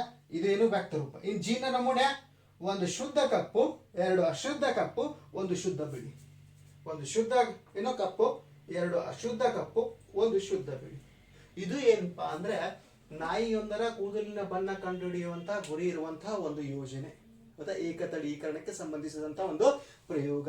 ಹೌದಾ, 2 ಮಾರ್ಕ್ಸ್ ಇಂಥ ಕ್ವಶನ್ಸ್ ಅನ್ನ ನಿಮ್ಗೆ ಅಪ್ಲೈಡ್ ಆಗಿ ಕೇಳುವಂತ ಸಾಧ್ಯತೆ ಇದೆ. ಆದ್ರೆ ಟೆಕ್ಸ್ಟ್ ಬುಕ್ ಅಲ್ಲಿ ಇರೋದ್ರಿಂದ, ಕ್ವಶನ್ ಆನ್ಸರ್ಸ್ ಅಲ್ಲಿ ಇರೋದ್ರಿಂದ ಯಥಾವತ್ತಾಗಿ ಈ ಸಲ ಯಥಾವತ್ತಾಗಿ ಟೆಕ್ಸ್ಟ್ ಬುಕ್ ಅಲ್ಲಿ ಇರುವಂತ ಕ್ವಶನ್ ಗಳನ್ನ ಹೆಚ್ಚಿಕೊಟ್ಟಿರ್ತೀವಿ ಅಂತ ಹೇಳ್ತಾರೆ. ಅದಕ್ಕೆ ಒಂದ್ ಸ್ವಲ್ಪ ಇಂಥವುಗಳನ್ನು ನೋಡುವಂತ ಕೆಲಸ ಮಾಡ್ರಿ. ಕ್ವಶನ್ ನಂಬರ್ 10 ಏನಿದೆಪ್ಪ ಅಂದ್ರೆ, ಜೀವ ವಿಕಾಸೀಯ ಸಂಬಂಧಗಳನ್ನು ನಿರ್ಧರಿಸುವಲ್ಲಿ ಪಳೆಯುಳಿಕೆಗಳ ಪ್ರಾಮುಖ್ಯತೆ. ಪಳೆಯುಳಿಕೆ, ಹೌದಾ, ಏನಪ್ಪಾ ಅಂದ್ರೆ ಭೂಮಿಯ ಹೂತು ಹೋದ ಏನಪ್ಪಾ ಅಂದ್ರೆ ಸಸ್ಯ ಅಥವಾ ಪ್ರಾಣಿಗಳ ಅವಶೇಷಗಳನ್ನ ನಾವೇನ್ ಕರೆದಿದ್ದೇವೆ ಅಂದ್ರೆ ಪಳೆಯುಳಿಕೆಗಳನ್ನ ಕರೆದಿದ್ದೀವಿ. ಹಂಗಾದ್ರೆ ಏನಪ್ಪಾ ಅಂದ್ರೆ ಯಾವುದೋ ಒಂದು ಪ್ರಭೇದ ಅಳಿದು ಹೋಗಿದೆ. ಆ ಪ್ರಭೇದ ಫಾರ್ ಎಕ್ಸಾಂಪಲ್ ಡೈನಾಸೋರ್ ಅಂತ ತಗೋಣ. ಹೌದಾ, ಅದು ಅಳಿದು ಹೋಗಿದೆ, ಅದು ಭೂಮಿ ಮೇಲೆ ಇತ್ತು ಅಂತ ನಮ್ಗೆ ಹೆಂಗ್ ಗೊತ್ತಾಗ್ತದೆ ಅಂದ್ರೆ ಪಳೆಯುಳಿಕೆಗಳ ಆಧಾರದ ಮೇಲೆ. ಅದಕ್ಕೆ ಅಳಿದು ಹೋದ ಪ್ರಭೇದಗಳ ಅಸ್ತಿತ್ವವನ್ನು ಸೂಚಿಸುವಂತ ಕೆಲಸ ಯಾರು ಮಾಡ್ತದೆ ಅಂದ್ರೆ ಪಳೆಯುಳಿಕೆ ಮಾಡ್ತದೆ. ಇದು ಒಂದು ಪ್ರಾಮುಖ್ಯತೆ. ಹೌದಾ, ಅದಾದ ನಂತರ ಜೀವ ವಿಕಾಸೀಯ ಸಂಬಂಧಗಳನ್ನ ಪತ್ತೆ ಹಚ್ಚಲಿಕ್ಕೆ. ಹೌದಾ, ನಮ್ಗೆ ಏನಾಗ್ತದೆ ಅಂದ್ರೆ ಮನುಷ್ಯನ ಬೇರೆ ಬೇರೆ ತಲೆಬರುಡುಗಳು ಸಿಗ್ತಾವೆ ಭೂಮಿಯ ಅಂತರಾಳದಲ್ಲಿ, ಪಳೆಯುಳಿಕೆ ರೂಪದಲ್ಲಿ. ಆ ತಲೆಬರುಡುಗಳನ್ನ ಒಂದು ಇನ್ನೊಂದರೊಂದಿಗೆ ಹೋಲಿಸೋದ್ರೊಂದಿಗೆ ಮನುಷ್ಯ ಹೆಂಗ ವಿಕಾಸ ಹೊಂದಿದ್ವಾ ಅನ್ನೋದನ್ನ ಅಭ್ಯಾಸ ಮಾಡ್ತೀವಿ. ಹಾಗಾದ್ರೆ ಜೀವ ವಿಕಾಸೀಯ ಸಂಬಂಧಗಳನ್ನ ಪತ್ತೆ ಹಚ್ಚಲಿಕ್ಕೆ ಅನುಕೂಲವಾಗಿದೆ ಯಾವುದು? ಪಳೆಯುಳಿಕೆ. ನೆಕ್ಸ್ಟ್, ಜೀವ ವಿಕಾಸದ ವಿಸ್ತೃತ ಐತಿಹಾಸಿಕ ಕ್ರಮಾನುಗತ ವಿವರಗಳನ್ನ ಸಂಗ್ರಹಣೆಗೆ ಕಾರಣ ಆಗ್ತದೆ. ಕ್ರಮಾನುಗತ ಯಾವ ಕಾಲದಲ್ಲಿ ಏನ್ ಸಿಕ್ಕಿದೆ. ನಾನು ನಿನ್ನೆ ಸಾಪೇಕ್ಷ ಕಾಲ ನಿರ್ಣಯ ವಿಧಾನದಲ್ಲಿ ನಿಮ್ಗೆ ಏನ್ ಹೇಳಿದ್ರೆ, ಭೂಮಿಯ ಅಂತರಾಳದಲ್ಲಿ ಯಾವ ವಸ್ತುಗಳು ಸಿಗ್ತಾವಲ್ಲ ಅವು ಹೆಚ್ಚು ಪ್ರಾಚೀನವಾಗಿರ್ತಾವ. ಆಮೇಲೆ ಮೇಲ್ಪದರಗಳಲ್ಲಿ ಸಿಗುವಂತ ವಸ್ತುಗಳು ಏನಪ್ಪಾ ಅಂದ್ರೆ ಅಷ್ಟೊಂದು ಪ್ರಾಚೀನವಾಗಿರೋದಿಲ್ಲ, ಅವು ಇತ್ತೀಚಿನ ಪಳೆಯುಳಿಕೆಗಳಾಗಿರ್ತಾವ. ಹಂಗಾದ್ರೆ ಅವುಗಳ ಕ್ರಮಾನುಗತ ಅಧ್ಯಯನ, ಈ ಕಡೆ ಭೂಮಿಯ ಪದರಗಳನ್ನ ಅಧ್ಯಯನ ಮಾಡ್ದಂಗಾಯ್ತು.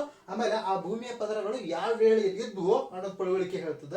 ಆಮೇಲೆ ಅವಾಗ ಉಂಟಾದಂತಹ ಏನು ಸಾಲ್ಟ್ಸ್ ಇದಾವಲ್ಲ, ಅವಾಗ ಡೆಪಾಸಿಟ್ ಆದಂತ ಸಾಲ್ಟ್ಸ್ ಅಂದ್ರೆ ಏನೋ ಶೇಖರಣೆಗೊಂಡಂತ ಲವಣಗಳು, ಆ ಲವಣಗಳ ಆಧಾರದ ಮೇಲೆ ಅವಾಗಿನ ಪರಿಸರದಲ್ಲಿ ಏನಿತ್ತು.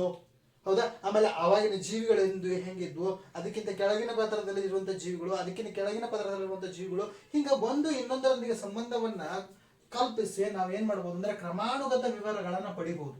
ಹಂಗಾದ್ರೆ ಜೀವ ವಿಕಾಸ ವಿಸ್ತೃತ ಐತಿಹಾಸಿಕ ಕ್ರಮಾನುಗತ ವಿವರಣೆಗಳನ್ನ ಸಂಗ್ರಹಣೆಗೆ ಕಾರಣ ಆಗ್ತದೆ. ನೆಕ್ಸ್ಟ್, ಅಳಿದು ಹೋದ ಜೀವ ಸಂಕುಲದ ಪುರಾವೆಗಳನ್ನು ಒದಗಿಸ್ತದೆ. ಸೇಮ್ ಇದೆ. ಹೌದಾ, ಅಳಿದು ಹೋದ ಪ್ರಭೇದ ಜೀವ ಸಂಕುಲಗಳ ಪುರಾವೆ, ಅವಾಗಿಂತ ಜೀವಿ ಇತ್ತು ಅನ್ನೋದನ್ನ ತೋರಿಸ್ಕೊಡುವಂತ ಕೆಲಸ ಮಾಡ್ತದೆ. ಫಸ್ಟ್ ಪಾಯಿಂಟ್, 4th ಪಾಯಿಂಟ್ ಹೆಚ್ಚು ಕಡಿಮೆ ಸೇಮ್ ಇದಾವ. ಇನ್ನು ಜೀವ ವಿಕಾಸದ ಪ್ರಮುಖ ಸಾಕ್ಷ್ಯಾಧಾರಗಳಿವೆ. ಇವೇ ಏನಪ್ಪಾ ಅಂದ್ರೆ ಜೀವ ವಿಕಾಸ ಹೀಗೆ ಉಂಟಾಗಿರ್ಬಹುದು ಅಂತ ಏನು ಊಹೆ ಮಾಡ್ತೀವಲ್ಲ, ಅದಕ್ಕೆ ಸಾಕ್ಷ್ಯಾಧಾರಗಳು ಯಾವಪ್ಪ ಅಂದ್ರೆ ಪಳೆಯುಳಿಕೆಗಳು. ಆಮೇಲೆ ಪ್ರಾಚೀನ ಪರಿಸರ ಮತ್ತು ಹವಾಗುಣ. ಈಗ ತಾನೇ ಹೇಳಿದ್ನಲ್ಲ, ಆ ಪದರಗಳಲ್ಲಿ ಪಳೆಯುಳಿಕೆಗಳು ಯಾವ ಪದರದಲ್ಲಿ ಸಿಗ್ತಾವಲ್ಲ ಆ ಪದರದಲ್ಲಿರುವಂತಹ ಶೇಖರಣೆಯಾದಂತಹ ವಸ್ತುಗಳ ಆಧಾರದ ಮೇಲೆ ಅವಾಗಿನ ಪರಿಸರ ಹೆಂಗಿತ್ತು, ತಾಪಮಾನ ಹೆಂಗಿತ್ತು, ಯಾವ ಜೀವಿಗಳಿದ್ವು ಅನ್ನೋದನ್ನ ತಿಳಿಸ್ಕೊಳ್ಳಿಕ್ಕೆ ಸಹಾಯ ಮಾಡ್ತದೆ. ಅದಕ್ಕೆ ಪ್ರಾಚೀನ ಪರಿಸರ ಮತ್ತು ಹವಾಮಾನ ಸ್ಥಿತಿಗಳ ಮಾಹಿತಿ ಒದಗಿಸ್ತದೆ ಯಾವುದು? ಪಳೆಯುಳಿಕೆ. ಆಮೇಲೆ ಜೀವಿ ಬದುಕಿದ್ದ ಕಾಲವನ್ನು ತಿಳಿಸ್ತದೆ ಯಾವುದು? ಪಳೆಯುಳಿಕೆ. ಯಾವ ಕಾಲದಲ್ಲಿ ಈ ಜೀವಿ ಇತ್ತು, ಹೌದಾ, ಇಷ್ಟು ವರ್ಷಗಳ ಹಿಂದೆ ಈ ಜೀವಿ ಇತ್ತು ಅನ್ನೋದನ್ನ ತಿಳಿಸ್ಕೊಡುವಂತ ಕೆಲಸ ಪಳೆಯುಳಿಕೆ ಮಾಡ್ತದ. ಆಮೇಲೆ ಪೂರ್ವಜ ಪ್ರಾಣಿಗಳ ಬಗ್ಗೆ ವಿವರಗಳನ್ನ ಕಲೆ ಹಾಕ್ಲಿಕ್ಕೆ, ಅವುಗಳ ಸಂಬಂಧಗಳನ್ನ ತಿಳ್ಕೊಳ್ಳಿಕ್ಕೆ ನಮ್ಗೆ ಪಳೆಯುಳಿಕೆಗಳು ಏನ್ ಮಾಡ್ತಾವ ಅಂದ್ರೆ ಸಹಾಯ ಮಾಡ್ತಾವ. ಇಷ್ಟು ಏನಪ್ಪಾ ಅಂದ್ರೆ ಜೀವ ವಿಕಾಸೀಯ ಸಂಬಂಧಗಳನ್ನು ನಿರ್ಧರಿಸುವಲ್ಲಿ ಪಳೆಯುಳಿಕೆಗಳ ಪ್ರಾಮುಖ್ಯತೆ. ಇನ್ನ ನೆಕ್ಸ್ಟ್ ಕ್ವಶನ್ ನೋಡೋಣ. ನೆಕ್ಸ್ಟ್ ಕ್ವಶನ್ ಏನಿದೆಪ್ಪ ಅಂದ್ರೆ ಕ್ವಶನ್ ನಂಬರ್ 11, ಒಂದು ಸಂತತಿಯಲ್ಲಿ ಗಂಡು ಮತ್ತು ಹೆಣ್ಣು ಪೋಷಕರ ಸಮಾನ ಅನುವಂಶೀಯ ಕೊಡುಗೆಯನ್ನ ಹೇಗೆ ಖಚಿತಪಡಿಸಿಕೊಳ್ಳುವಿರಿ? ಹೆಂಗಪ್ಪ ನೋಡ್ರಿ, ಒಂದು ಸಂತತಿಯಲ್ಲಿ ಗಂಡು ಮತ್ತು ಹೆಣ್ಣು ಇರ್ತಾವಂತ ಇಟ್ಕೊಳ್ಳೋಣ. ಆ ಸಂತತಿಯಲ್ಲಿರುವಂತ ಗಂಡು ಮತ್ತು ಹೆಣ್ಣು ಏನಪ್ಪಾ ಅಂದ್ರೆ ನಾನು ಈಗಾಗಲೇ ಹೇಳಿದ್ದೀನಿ. ಹೌದಾ, ಮನುಷ್ಯ ಅಂತ ಒಂದು ಪ್ರಭೇದ ತೆಗೆದುಕೊಂಡಾಗ ಮನುಷ್ಯನಲ್ಲಿ 23 ಜೊತೆ ಕ್ರೋಮೋಸೋಮ್ಗಳಿದಾವೆ. ಎಷ್ಟಿದಾವ? 23 ಜೊತೆ ಕ್ರೋಮೋಸೋಮ್ಗಳಿದಾವ. ಅದರಲ್ಲಿ 22 ಜೊತೆ ಏನ್ ಬರ್ತಾವಲ್ಲ, 22 ಜೊತೆ ನಮ್ಮ ಗುಣಲಕ್ಷಣಗಳನ್ನ ನಿರ್ಧರಿಸಲಿಕ್ಕೆ ಕಾರಣ ಆದ್ರೆ, ಒಂದು ಜೊತೆ ಏನ್ ಮಾಡ್ತಾವಂದ್ರೆ ನಮ್ಮ ಲಿಂಗವನ್ನು ನಿರ್ಧರಿಸಲಿಕ್ಕೆ ಕಾರಣ ಆಗ್ತಾವ. ನಮ್ಮ ಲಿಂಗ, ನಾವು ಗಂಡ ಅಥವಾ ನಾವು ಹೆಣ್ಣು ಅನ್ನೋದನ್ನ ನಿರ್ಧರಿಸಲಿಕ್ಕೆ ಕಾರಣ ಆಗ್ತಾವ. ಹಾಗಾದ್ರೆ ತಂದೆಯಿಂದ 23 ಜೊತೆ 23 ಜೊತೆ ಅಂದ್ರೆ ಏನು? 44. ಕ್ರೋಮೋಸೋಮ್ಗಳ ಸಂಖ್ಯೆ ಎಷ್ಟಿದೆ? 46 ಇದೆ. ಅದರ ಜೊತೆಲಿ ಹೇಳ್ತೀವಿ 23 ಜೊತೆ ಅಂತ. ಹಾಗಾದ್ರೆ 44 ಪ್ಲಸ್ XY ಇದು ತಂದೆಯಲ್ಲಿರುವಂತಹ ಕ್ರೋಮೋಸೋಮ್ಗಳು. ಆಮೇಲೆ ತಾಯಿಯಲ್ಲಿರುವಂತಹ ಕ್ರೋಮೋಸೋಮ್ಗಳು 23 ಜೊತೆ. 23 ಜೊತೆಯಲ್ಲಿ 44 ಪ್ಲಸ್ 2 44 ಗುಣಲಕ್ಷಣಗಳು, ಒಂದು ಲಿಂಗ ಯಾವುದು? XX. ತಂದೆಯಲ್ಲಾದ್ರೆ XY, ತಾಯಿಯಲ್ಲಾದ್ರೆ XX. ಹೌದಾ, ಹೊಂದಿರ್ತಾವ.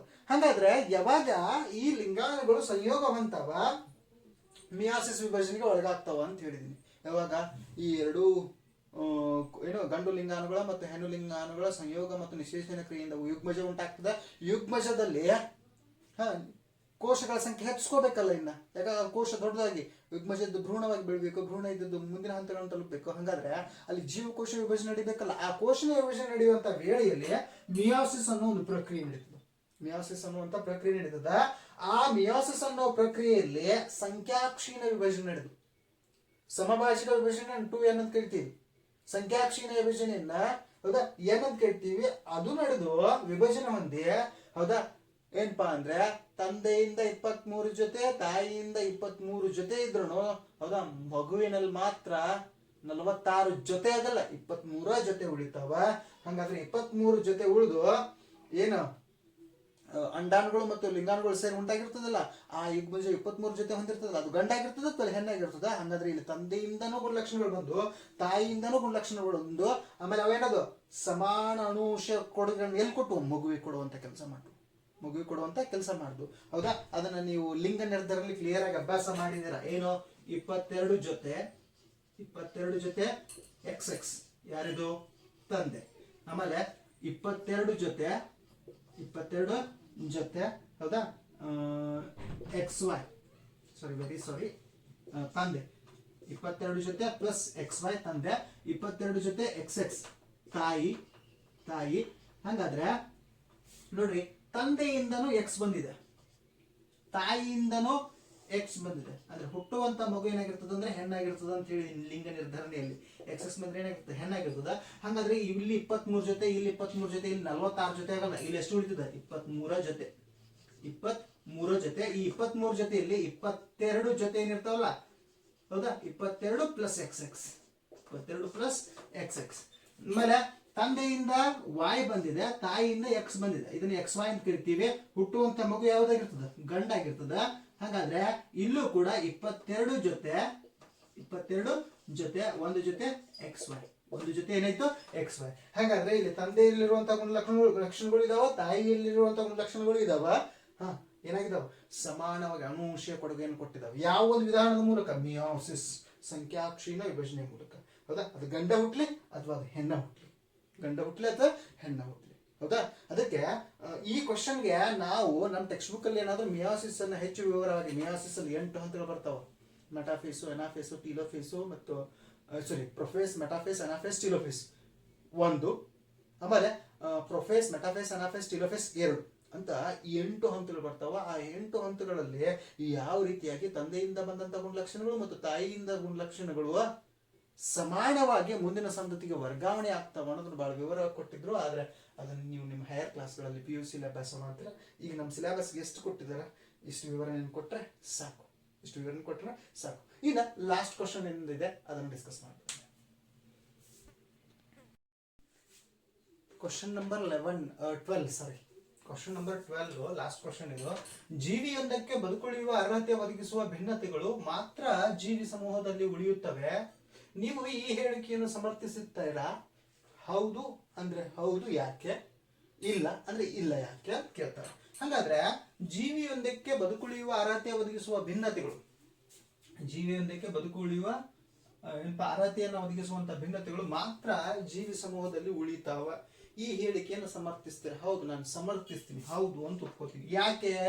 ಜೀವಿಯೊಂದಕ್ಕೆ ಬದುಕುಳಿಯುವ ಅರ್ಹತೆಯನ್ನು ಒದಗಿಸುವಂತ ಭಿನ್ನತೆಗಳು ಮಾತ್ರ ಜೀವಿ ಸಮೂಹದಲ್ಲಿ ಉಳಿತಾವ. ಯಾಕಪ್ಪ ಅಂದ್ರೆ ಒಂದು ಜೀರುಂಡೆಯನ್ನ ಎಕ್ಸಾಂಪಲ್ ತಗೊಂಡು ನೋಡಿದ್ವಿ. ಯಾವುದು? ಉದಾಹರಣೆಯಾಗಿ ಜೀರುಂಡೆ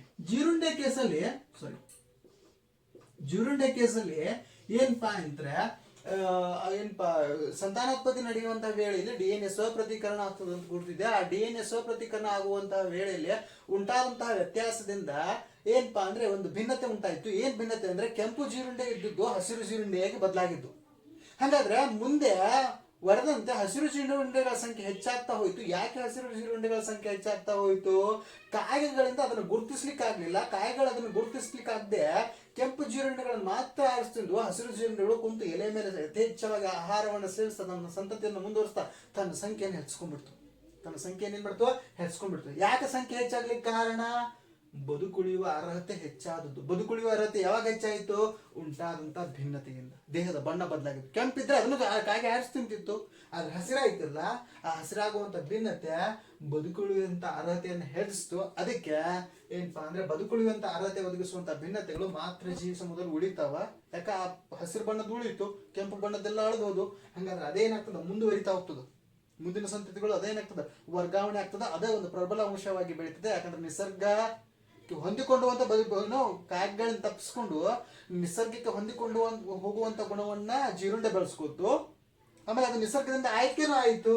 ಅದಕ್ಕೆ ಏನಪ್ಪಾ ಅಂದ್ರೆ ಭಿನ್ನತೆಗಳು ಬದುಕುಳಿಯುವಂತಹ ಅರ್ಹತೆಯನ್ನು ಒದಗಿಸ್ತಾವ. ಆಮೇಲೆ ಮುಂದಿನ ಸಂತತಿಗೆ ವರ್ಗಾವಣೆ ಆಗ್ಲಿಕ್ಕೆ ಸಹಾಯನೂ ಮಾಡ್ತಾವ. ಅಂತಹ ಜೀವಿಗಳು ಭೂಮಿಯಲ್ಲಿ ಬದುಕಲಿಕ್ಕೆ ಹೆಚ್ಚು ಸಮರ್ಥ ಆಗ್ತವೆ. ಡೈನಾಸರ್ಗಳ ಎಕ್ಸಾಂಪಲ್ ನಾನು ಕೊಟ್ಟಿದ್ದೆ.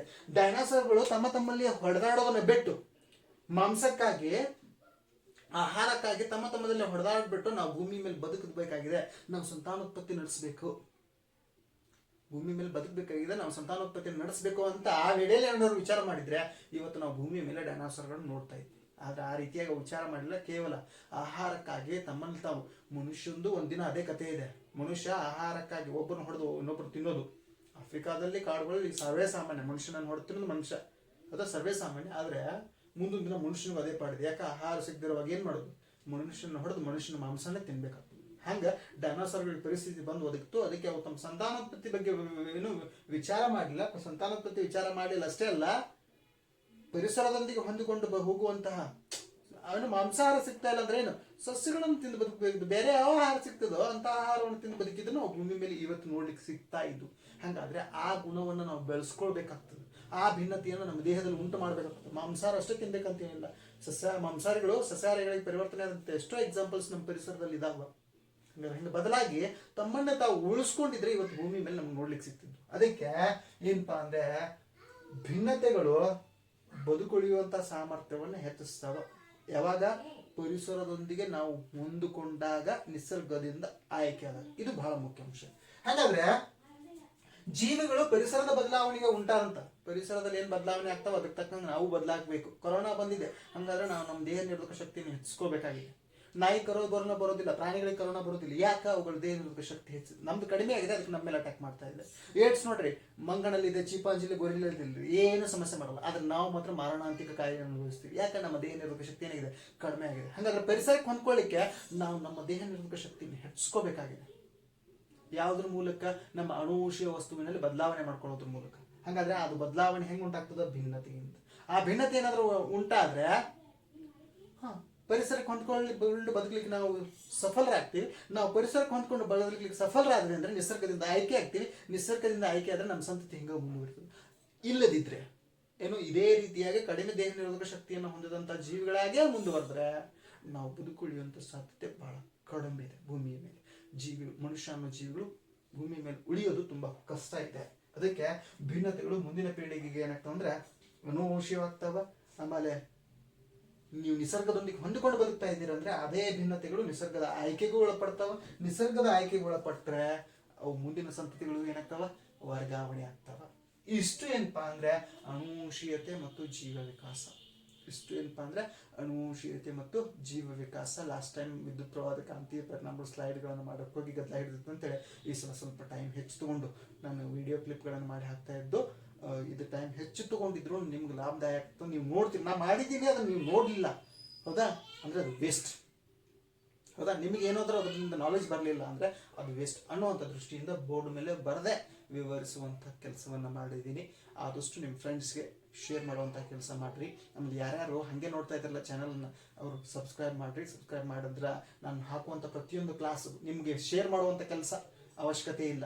ನಿಮ್ಗೊಂದು ನೋಟಿಫಿಕೇಶನ್, ನಾನು ಕ್ಲಾಸ್ ಮಾಡಿದ ತಕ್ಷಣ ನಿಮ್ಗೊಂದು ನೋಟಿಫಿಕೇಶನ್ ಬರ್ತದೆ. ಆ ನೋಟಿಫಿಕೇಶನ್ ಬಂದ ತಕ್ಷಣ ನೀವು ಕ್ಲಾಸ್ ತೆಗೆದು ನೋಡ್ಬೋದು, ಹೌದಾ? ಅಂತ ಹೇಳ್ತಾ ಈ ಕ್ಲಾಸನ್ನು ಪಾಸ್ ಮಾಡುವಂಥ ಕೆಲಸ ಮಾಡ್ತೀನಿ. ಎಲ್ಲರಿಗೂ ಶುಭ. Thank you so much.